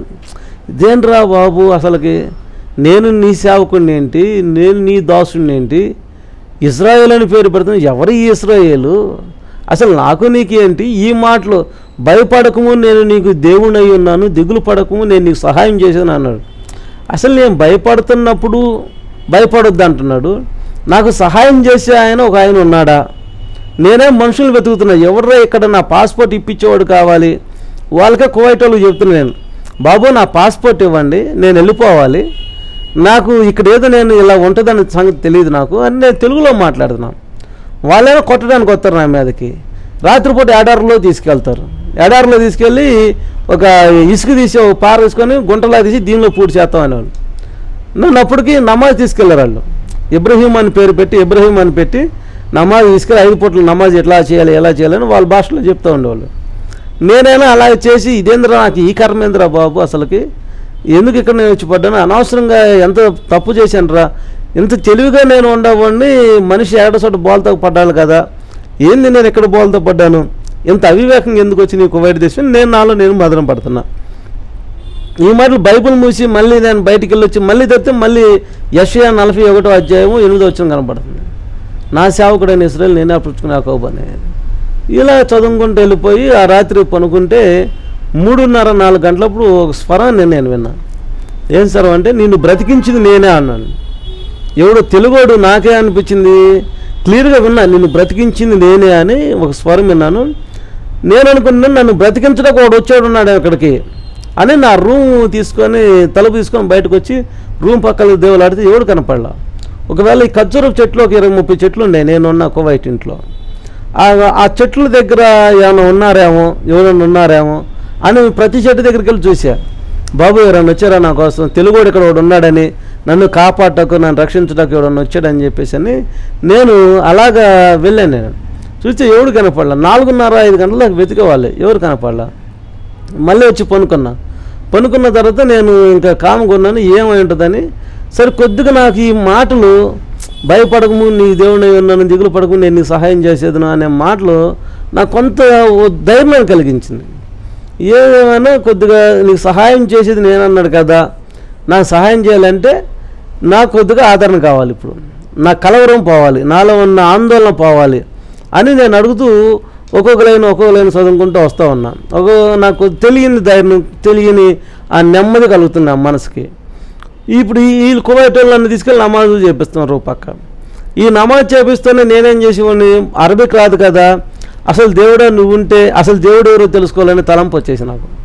దేవుడు ఎవరో, ఎలాగుంటాడు, ఎక్కడుంటాడు, దేవుడు లేడు అని చెప్పే నేను, దేవుడు లేడు ఒకవేళ ఉన్నా కానీ దేవుడితో నాకేం పనిలేదు, దెయ్యాలతో పని ఉండని దెయ్యాల కోసం తిరిగిన నేను, దేవుడే కావాలి, దేవుడు ఉంటే ఎలాగుంటాడు, దేవుని యొక్క ఉద్దేశం ఏంటి తెలుసుకోవాలనే కాడికి వచ్చేసి నేను నమాజ్ చేస్తూనే, అంటే ఆ క్రియ చేసేవాడిని, వాళ్ళు వంగినట్టు ఆచారాలను చేస్తూనే దేవుడు తెలుసుకోలేను. నన్ను ఈ మహమ్మద్ క్లాసుల దగ్గర పంపిస్తూ ఉండేవాళ్ళు. మహమ్మద్ హిస్టరీలో కొన్ని క్వశ్చన్లు, మహమ్మద్ గురించి కొన్ని సందేశాలని నేను అడుగుతూ ఉండేవాళ్ళు. నువ్వు క్వశ్చన్లు అడగకూడదు, నువ్వు ప్రశ్నలు అడగకూడదు, నువ్వు నోరు మూసుకొని వినాల్సిందే చెప్తూ ఉండేవాళ్ళు. ఈలోపు నేనేం చేశానంటే ఈ బైబిల్ అంతా చదువుతా, ఫస్ట్ ఆది కాండం నుంచి మొదటి రోజు ఏమైంది, సెకండ్ డే ఏమైంది, థర్డ్ డే, వారానికి ఎన్ని రోజులు, 7వ రోజు సెలవు దినం, ఈ ఆలోచన చేస్తా ఈ లోకాన్ని తిరిగి చూస్తుంటే ఇక్కడ కూడా అంతే కదా. 6 రోజులు వర్కింగ్ డే ఉంది, 7వ రోజు సెలవు తీసుకుంటున్నారు. ఇండియాలో ఆదివారం, కువైట్లో సోమవారం, ఇలా ఎక్కడన్నా కానీ భాష మారినా లేకపోతే డే ఒకటే కదా, హాలిడే ఒకటే కదా అని ఇలాగ నేను అంటే నాకు వాస్తవాలకి బైబిల్కి సింక్ అవుతూ వస్తుంది. ఈ చదువుకునే గ్రామంలో ఏదైనా కానీ ముందు అసలు దేవుడు అంటే తెలుసుకోవాలి, ఎవరైనా కానీ దేవుడు అని తెలుసుకోవాలి. చర్చికి వెళ్దామని ఒకరోజు శుక్రవారం సెలవు తీసుకొని ఒక హిందీ కారు వస్తే కారు అడిగి వచ్చి రాని భాషలో హిందీ మాట్లాడి, బాబు నన్ను మళ్ళీ ఇక్కడే దించాలి, నువ్వు అక్కడికి వెళ్ళాలి, రావటం పోవడానికి ఎన్ని దినారులు అంటే 2 దినారులు ఏమన్నా, వెళ్ళటం 1 దినారు, రావటం దినారు. ఈ 2 దినారుల ముందే మాట్లాడి వాడి నెంబర్ నేను తీసుకొని ఆ చర్చికి వెళ్తే అందరూ అరబిక్లోనే ఆరాధన చేస్తున్నారు. అక్కడ విజేంద్ర బాబు అరబిక్లో ఆరాధన చేస్తున్నారు. నేను అసలు దేవుడి గురించి ఎవరిని అడగాలి, ఏం చేయాలి అని నాలో నేను మదన పడతా కళ్ళు మూసుకొని, నువ్వు దేవుడు అనేవాడు ఉంటే నాకు తెలుగు వాళ్ళని పరిచయం చేయన్నాను అని నేను గుమ్మం దాటి బయటకు రంగానే వాడు తెలుగు పాంప్లెట్ ఎత్తున్నాడు. యేసు క్రీస్తు సంఘం తెలుగు కువైట్ అని ఉంది. తెలుగు పాంప్లెట్ చూసి అమ్మాయ బాబా అసలు అని చెప్పి గట్టిగా, తమ్ముడు నువ్వు తెలుగు అంటే అవునా అన్న అన్నాడు. గట్టిగా వాటేసుకొని అయినరా తమ్ముడు ఎవరు స్పీకర్ అంటే పాస్టర్ కె రాజబాబు గారు, గండిగుంట, కృష్ణా జిల్లా, ఉయ్యూరు అని ఉంది. ఈయన రాడికల్స్లో పనిచేశాడు కదా, రాడికల్స్ ఉన్న ఆయన. ఈయన ఎప్పుడు వస్తాడు, ఈయనతో మాట్లాడితే నాకున్న కొన్ని సందేహాలు, కొన్ని డౌట్స్ క్లియర్ అవుతాయి అని నేను కాసుకొని కూర్చున్నా. ఓ పక్క నమాజ్కి వెళ్తున్నాను. ఇంకా ఆ నమాజ్ దగ్గర 1-2 తెలుగులు పరిచయం అయ్యారు. వాళ్ళు హిందువులు, వాళ్ళు కూడా ఏంటంటే తప్పని పరిస్థితులు వాళ్ళు కూడా నమాజ్ రావడం జరిగింది. నేను ఇంకా వాళ్ళని వదిలిపెట్టేసి నేను ఈ సభలకు వచ్చేసాను. ఇది రాజబాబు గారు వచ్చే సభలకు వచ్చి ఫస్ట్ టైం నన్ను చర్చిలో, అప్పుడు దాకా చర్చిల మీద కూర్చొని ముందు తాగేవాడిని, చర్చిలో కూర్చొని డ్యాన్స్ లేపించే నేను ఫస్ట్ టైం ఆ దేశంలో, కువైట్ దేశంలో ఆ రాజబాబు గారు మీటింగ్ వినడానికి వెళ్తే ఆయనతో మాట్లాడని వెళ్ళాను. వాళ్ళు సంఘ పెద్దలు అన్నారు, మా బ్రదర్ వచ్చి లోన కూర్చోండి అన్నారు. నేను లోనకి రానండి, నా చర్చి అంటే పడదు, నేను ఇక్కడే ఉంటాను, కానీ ఆయనతో నాతో ఒకసారి మాట్లాడించండి అన్నాను. బ్రదరు ఇది వీళ్ళందరూ మాట్లాడే వాళ్ళు ఆయనతో 3 నెలలు టైం పట్టిద్ది, ఇన్ని 100 మంది మాట్లాడాలి, మీరు కొత్తగా వచ్చి ఆయనతో మాట్లాడాలంటే కుదరదు, మీరు వచ్చి కూర్చొని విని వెళ్ళండి అని అన్నారు. నేను రాను చర్చిలోకి. నాకంటే అప్పుడు దాకేంది అహం అనమాట. మల్లెల రాజు కూడా ఏంది చర్చిలోకి వెళ్ళటం ఏంది, మల్లెల రాజు ఏంది చర్చిలో కూర్చొని ఆ మాటలంటవి ఏంది, లోన అహం తంతుంది. అయినా కానీ ఆయనతో మాట్లాడాలి. ఒక పక్క ఆ గుమ్మం దగ్గర అంతే ఉన్నా, ప్రార్థన అయిపోయేదాకా అంతే ఉన్నా. ఆయన చివరి ప్రార్థనలో ఇక్కడికి ఒక తమ్ముడు వచ్చాడు, తన ఉద్దేశం వేరు, తను వచ్చిన ప్రాంతం వేరు, దేవుని కృప ఆయన తల్లి ప్రార్థనలు అయితే అతను ఎప్పుడు చంపబడేవాడు, ఎన్నిసార్లు అంటే చాలాసార్లు చంపబడేవాడు, ఒక్కొక్క పరిస్థితి వెళ్ళినప్పుడు దేవుడే కాపాడుతున్నాడు తన తల్లి కన్నీటి ప్రార్థన ద్వారా అని చెప్పి మాట్లాడుతూ మొదలుపెట్టాడు. రాజబాబు గారు మాట్లాడుతుంటే, ఫస్ట్ కే రాజబాబు గారు మాట్లాడుతుంటే మొట్టమొదట ఏడ్చినాడు నేను. అసలు అప్పుడు దాకా ఏడిపించడం తప్ప ఏడటం తెలియదు నాకు. నాకు తెలిసిందల్లా ఏమనని ఏడిపించడమే. ఎట్టా ఏడిపిస్తా, వాడు ఎలా కూర్చొని ఏడిపించేవాడిని. అలాంటి పరిస్థితుల్లో ఏడవటం నేను నాకు తెలియకుండానే కళ్ళం నీళ్ళు కారిపోతున్నాయి. ఖర్చు తీసుకున్నా ఎంత ఆపాలని చూసినా ఆపట్లా. నాకు నేను ఇంట్రా మల్లెల రాజుగా నువ్వు ఏడుతున్నావా, ఇంట్రా నువ్వేడటమేందిరా, లోన ఒక పోరాటం గద్దింపనమాట, నువ్వేడటమేంటి, అసలు నువ్వు ఎందుకు ఎడుతున్నావని ఎంత ఆపుకోవాలన్నా కానీ నా వల్ల కాటలా, కళ్ళం నీళ్ళు కారిపోతున్నాయి. ఏడుతూ ఎవరు ఆ తమ్ముడు ఇక్కడ చేయొత్తండి అన్నాడు. ఆటోమేటిక్ నేనే చేయొత్తా. ఏ సంఘ పెద్దలు పిలిస్తే నేను లోనికి వెళ్ళలేదు, అదే సంఘ పెద్దలు వచ్చి నన్ను గట్టిగా పట్టుకొని తీసుకొని రాజబాబు అన్న దగ్గర తీసుకుని వెళ్ళాను. ఆయన గట్టిగా వాటేసుకొని ఎవరిని పట్టుకోవాలి, నన్నే పట్టుకొని గట్టిగా పట్టుకొని, తమ్ముడా నేను వచ్చిన పని అయిపోయింది, నేను అసలు రాదలుచుకోలేదు, నా హెల్త్ బాగలేదు, అయినా కానీ వచ్చాను, నీకోసం వచ్చినట్టున్నాను, దేవుడు నిన్ను వాడుకోబోతున్నాడు అని చెప్పేసి అని ఆయన ప్రోత్సహించి ప్రార్థన చేసి పంపించేశాడు. పంపించేసిన తర్వాత నేను ఇంకెళ్ళిపోయాను. వెళ్ళిపోయి 10 రోజుల తర్వాత మనసులో ఆయనతో మాట్లాడాలని అనిపిస్తుంది. డేవిడ్ రాజు గారు, గొల్లా డేవిడ్ రాజు పాస్టర్ గారు అని అంతర్వేది కర్ర అయింది ఆయన సంఘంలో. ఇంకా ఆయనతో ఒకసారి మాట్లాడాలని పాంప్లెట్ మీద ఫోన్ అంటే ఫోన్ నెంబర్ చేసి అనమాట. అయితే ఆయన కూడా అదే అన్నాడు, బాబు ఇక్కడికి రావాలంటే కష్టం, ఆయన నువ్వు అదాన్లో ఉంటావు, మేము మాల్యాలో ఉంటాం, సాల్మియాలో ఉంటాం, కష్టమైద్ది, కుదరదు, చాలామంది ఉన్నారు ఆయనతో మాట్లాడాల్సిన వాళ్ళు, మా సంఘస్థులు చాలామంది ఉన్నారు అన్నారు. అంటే సరేలే అయ్య గారు అని చెప్పి ఫోన్ పెట్టేసి 2 రోజుల తర్వాత మళ్ళీ రాజబాబు గారు నాకు ఫోన్ చేయించాడు, ఆ అబ్బాయితో నేను మాట్లాడాలని. మీ దగ్గరకు వస్తాను రాజబాబు గారు, ఎక్కడ ఉంటారు మీరు చెప్పండి అన్నాడు. అవునండి మా దగ్గరకు వస్తాడని చెప్పి నేను అడ్రస్ చెప్పాను. నేను పలానా అదాన్లో ఉన్నాను, షారా ఇది గత ఎంత అని చెప్పేసి, మందక ఇది అదాన్ అని చెప్పేసి అని వచ్చారు నా దగ్గర. వచ్చిన తర్వాత అప్పుడు ఒక 2-3 గంటల సేపు కూర్చున్నాం ఇద్దరం. ఫస్ట్ కే రాజబాబు గారు నేను కూర్చొని అప్పుడు ఒక్కొక్క విషయం మాట్లాడితే నేను చేసిన పనులన్నీ, అన్నా నేను ఇక్కడ పలానా వాళ్ళని ఎట్ట పొడిచా, ఎటు చంపా, ఇది నా బతుకు, ఇది నన్ను క్షమిస్తాడు యేసుప్రభు, నన్ను క్షమించడానికి అలా అవకాశం ఉందా, నువ్వు ఈయన క్షమించే దేవుడు అని చెబుతున్నావు, నా పాపాలన్నీ ఇలా ఉన్నాయి, తాగుడే నా జీవితం, సెటిల్మెంట్లే నా జీవితం, అన్యాయంగా నేను సంపాదించాను, అన్యాయంగా నేను కొట్లాడాను, అన్యాయంగా 100 కోట్ల రూపాయల ల్యాండ్లో కబ్జాలు చేశాను. ఇప్పుడు కూడా నా ఉద్దేశం ఏంటంటే పూర్తి టైం నక్సలైట్లో అయిపోవాలి. కానీ ఏడుకు వచ్చిన తర్వాత ఇరుక్కున్నా, అసలు ఇక్కడ ఇరుక్కోపోతే నేను నా లెవెల్ ఇంకో ఇదిగా ఉండేది. ఇక్కడ నుంచి వెళ్ళటానికి కానీ వీళ్ళు నా పాస్పోర్ట్ 2 సంవత్సరాలు పని చేయాల్సిందే అంటారు. వస్తానని చెప్పాను వాళ్ళైనా నా కోసం ఎదురు చూస్తూ ఉంటారు అక్కడ. అటు ఇటుగా అయ్యకుండా అయిపోయాను. నా జీవితం ఏందన్న అని చెప్పేసి అంటే ఆయన చెప్పాడు, అపోస్తుల కార్యాలు 9వ అధ్యాయం చదువునానా, దానిలో పౌలు సౌలుగా ఉన్న వ్యక్తి, అతను నీకంటే ఘోరమైన పనులు, చాలా గందరగోళమైన పరిస్థితులు ఉన్నాయంటే అప్పుడు సౌలు అధ్యాయం మీద దగ్గర ఉండి చదివించాను నాతో. ఆ చదివించినప్పుడు సౌలును పౌలుగా మార్చిన తీరు, తమ్ముడే నిన్ను కూడా దేవుడు సౌలునే మార్చిన దేవుడు నిన్ను మార్చడా, యేసు ప్రభు క్షమాపణ కలిగిన వాడని ఆయన టెస్ట్ మనీ నా టెస్ట్ మనీ ఇద్దరం షేర్ చేసుకున్న తర్వాత అప్పుడు యేసు ప్రభుని నేను అంగీకరించడం జరిగింది. అప్పుడు అంగీకరించి దేవుడిని అప్పుడు బైబిల్ ఒక్కో పేజీ చదువుకుంటా నన్ను బలపరుస్తూ, ఎక్కడో దిక్కులేని చావటకు నేను వెళ్ళేదానికంటే నా బ్రతుకు కొంతమందికి దేవుని సాక్షిగా అప్పుడు తీర్మానం చేసుకున్నా, ప్రభువా ఎక్కడైనా కానీ నువ్వు నన్ను బ్రతికించి ఈ దేశం వదిలిపెట్టి మళ్ళీ నేను ఇండియాకి వెళ్తే ఎక్కడైతే నన్ను పిలుస్తారో అక్కడికి వెళ్ళి నేను నీ సాక్షిగా చెప్తా అని చెప్పేసి అని అప్పుడు నేను తీర్మానం చేసుకుని రాజబాబన్నతో, అన్న నేను ఇండియా వచ్చినప్పుడు మాత్రం నీతో ఒక మీటింగ్ పెడతానని చెప్పి అనుకున్నాను. 2006లో అలాగే ఇండియాకి వచ్చాను. ఒక సెలవులకి వచ్చినప్పుడు ఒక మీటింగ్ పెడితే దాదాపు ఒక 20-30 వేల మంది జనం. అప్పుడు దాకా నా పేరు ఏంటంటే విప్లవకారుడు గాను, రౌడీ రాజు గాను, అంటే మా ఊళ్ళందరూ నన్ను మల్లెల రాజు, మాయిరాజు, మొత్తురాజు, ముసుగురాజు, ఈడు కత్తుల రాజు, ఈడు ఒక నక్సలైట్, ఈడు ఒక విప్లవకారుడు, ఈడు ఒక ఉద్యమకారుడిని పిలిచేవారు. రకరకాల పేర్లతో పిలిచేవారు. ఎప్పుడైతే ఆహ్వానించేవారు పాస్టర్ కె రాజబాబు గారు ఆహ్వానించేవారు మల్లెల రాజనందో, చుట్టుపక్కల వాళ్ళందరూ గుంపులు తండోపు వచ్చారు. అసలు మల్లెల రాజు కువైట్ వెళ్ళాడు, దొరల సొమ్ము కోసం ఆయన ప్లాన్ చేస్తున్నాడా, ఈ అబ్బాయి మారటం ఏందని ఇలాగా వచ్చారు. రాజబాబు అన్నకి ఇచ్చి ప్రార్థన చేస్తున్నాను. అప్పుడు నాకు మారు మనసు బాప్తిజం కూడా లేదు.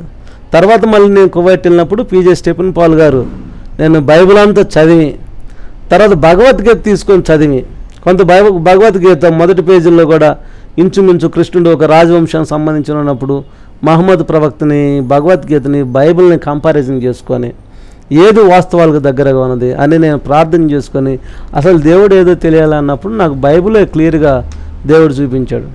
అప్పుడు మా అమ్మ నన్ను ఎన్నిసార్లు ప్రవచించి, అంటే నేను బాత్రూంలోకి వెళ్ళి నా ఆయుధాలు ఎక్కడో నేను నా బట్టలు అడుగులో పెట్టుకొని కనపడకుండా, నా రూమ్ సపరేట్గా ఉండేది, ఆ రూమ్లో కనపడకుండా నేను పెట్టుకున్నాయి కూడా స్నానం చేసి వచ్చేలోపు మా అమ్మ తీసి పారేస్తూ ఉండేది.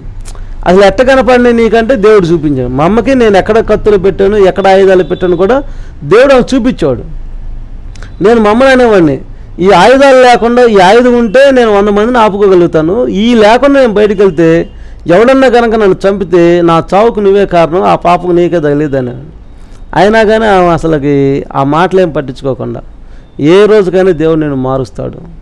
ఆమె ఒక ఉత్తరం రాసింది నేను కువైట్లో ఉన్నప్పుడు, నాన్న ఎప్పుడన్నా కానీ నువ్వు మైకి పట్టుకొని హల్లెలూయా అని చెప్పి యేసుప్రభువుని ప్రకటిస్తే చూసిన తర్వాత దేవుడు నా ప్రాణాలు తీసుకుంటే నాకు హాయిరా అని అంటే నేను నవ్వుకున్నా. పిచ్చిదాని, నేనేంటి బైబిల్ పట్టుకోవటం ఏంది, నేనేంటి అసలు యేసుప్రభు గురించి మాట్లాడటం ఏంది, యేసుప్రభు కూడా నాకులా ఒక విప్లవకారుడు, ఆయన 12 మంది శిష్యులు ఉంటే నాకు 50 మంది శిష్యులు ఉన్నారు, ఆయనకంటే ఎక్కువ గొప్పవాడు కదా, ఎక్కువ కాలం నేను సెటిల్మెంట్లు చేయగలిగిన, ఆయన 3.5 సంవత్సరాలు లేదని అంటున్నారు, ఆయన 33.5 సంవత్సరాలు కదా, ఆయనకంటే ఎక్కువ నేను బ్రతుకుతాను, ఆయనకంటే అన్ని విషయాల్లో చూసుకుంటే గొప్ప నేను అనుకొని నవ్వుకునేవాడిని. అదే నేను మారు మనసు పొంది మా ఊరు పక్కన రెడ్డిపాలెం అని ఒక 5 కిలోమీటర్ల రెడ్డిపాలెంలో ఒక 10,000 మంది జనాల మధ్య సాక్ష్యం చెప్తుంటే మా అమ్మ అదే మీటింగ్లో కూర్చుంటే ఆమె ఏడ్చుకొని అంటే నాకు అప్పుడు గుర్తొచ్చిందమ్మ, నువ్వు రాసిన ఉత్తరానికి నేను నమ్మలేదు కానీ నీ దేవుడు నన్ను ఒక సాక్షిగా మళ్ళీ ఈ దేశం పంపించాడు అని.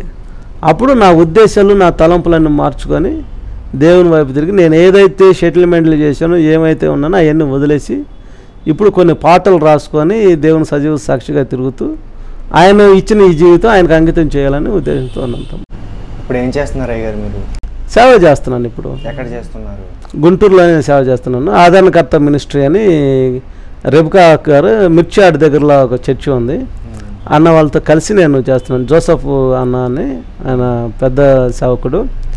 ఆయన అంటే నేను ఎక్కడ టెస్ట్ మనీ పిలిస్తే వెళ్ళి అక్కడ వాక్యం టెస్ట్ మనీ కలిసి చెప్తూ ఇప్పుడు నేను అన్న వాళ్ళతో పాటు ఆదరణకర్త మినిస్ట్రీ అన్న వాళ్ళతో పాటు కలిసి నేను వెళ్తున్నాను. వాళ్ళు నన్ను అనేక చోట్లకి తీసుకెళ్ళి నన్ను దేవుని సేవలో వాడుకుంటున్నారు. ప్రియమైన దేవుని ప్రజలారా, మీ అందరికీ చేతులు జోడించి నేను మీకు చెప్తున్న మాట ఏంటంటే, మల్లెల రాజు అలియాస్ కత్తుల రాజుకున్న నన్ను నేను బాంబులు పట్టుకున్నాను, తుపాకులు పట్టుకున్నాను, కత్తులు పట్టుకున్నాను, అనేక మారణాయుధాలు పట్టుకున్నాను. అయితే దేవుడు ఈ పరిశుద్ధ గ్రంథాన్ని, ఈ 2 అంచుల ఖడ్గం కలిగిన ఈ ఖడ్గాన్ని నన్ను దేవుడు పట్టించాడు. కారణం ఏంటంటే నా తల్లి ప్రార్థన. ఈ లోకంలో దేవుళ్ళు ఎంతమంది అయినా ఉండొచ్చు, నేను యేసు ప్రభు దేవుడు అని చెప్పటం లేదు, కానీ ఆయన ఒక్కడే దేవుడు అని చెబుతున్నాను. యేసు ప్రభు నీతో మాట్లాడగలడు, యేసు ప్రభు నీ దగ్గర రాగలడు. ఒకసారి మీరు పరీక్షించి చూడండి. నేను చెప్తున్నాను కాదు కానీ అసలు దేవుడు ఉన్నాడా లేడా, ఉంటే నాతో ఎందుకు మాట్లాడు అని మీరు పరీక్షించి చూసుకోండి. త్రాగుబోతులైనా, తిరుగుబోతులైనా, వ్యభిచారులైనా, రౌడీలైనా, రాజకీయ నాయకులైనా, ప్లీజ్ బ్రదర్స్, నేను కూడా రాజకీయ నాయకులతో తిరిగాను, ఉన్నాను, విప్లవకారులతో ఉన్నా, రౌడీయిజం ఉన్నా, సెటిల్మెంట్లు చేసుకున్నా, బీభత్సమైన తాగుబోతుగా ఉన్నా. నేను తాగినట్లుగా నేను అన్ని కలగలుపుకొని మందు, కళ్ళు, క్రెయిన్ కొట్టుకాలు, సిగరెట్ పొడి యాష కలుపుకొని తాగినట్టుగా ఎవరు తాగుండ్రేమో బహుశా అని అనుకుంటున్నాను. అలాంటి పరిస్థితులన్నీ కూడా విడిపించిన యేసుక్రీస్తు ప్రభు మీ అందరం కూడా విడిపించాలని కోరుకుంటున్నాను. అందరూ మారు మనసు పొందండి. ఇది ఇద్దరు కులాలకు లేదా తక్కువ కులానికి సంబంధించిన దేవుడు కాదు. ప్రపంచానంతా కూడా మానవాళి ఎక్కడైతే ఉన్నారో ఈ భూ ప్రపంచం మీద మానవులందరికీ యేసు ప్రభే రక్షకుడు, యేసు ప్రభు విమోచకుడు. ఆయనను నమ్మి మీరు పరలోక రాజ్యంలోకి వెళ్ళాలని, తెలుసుకోవాలని, ఈ సత్యం తెలుసుకోవాలని నేను మీకు 2 చేతులు జోడించి చెప్తున్నాను. Praise Lord. దేవుడు మీ అందరిని మార్చునుగాక, దేవుడే మిమ్మల్ని ఆకర్షించునుగాక. ఆమెన్.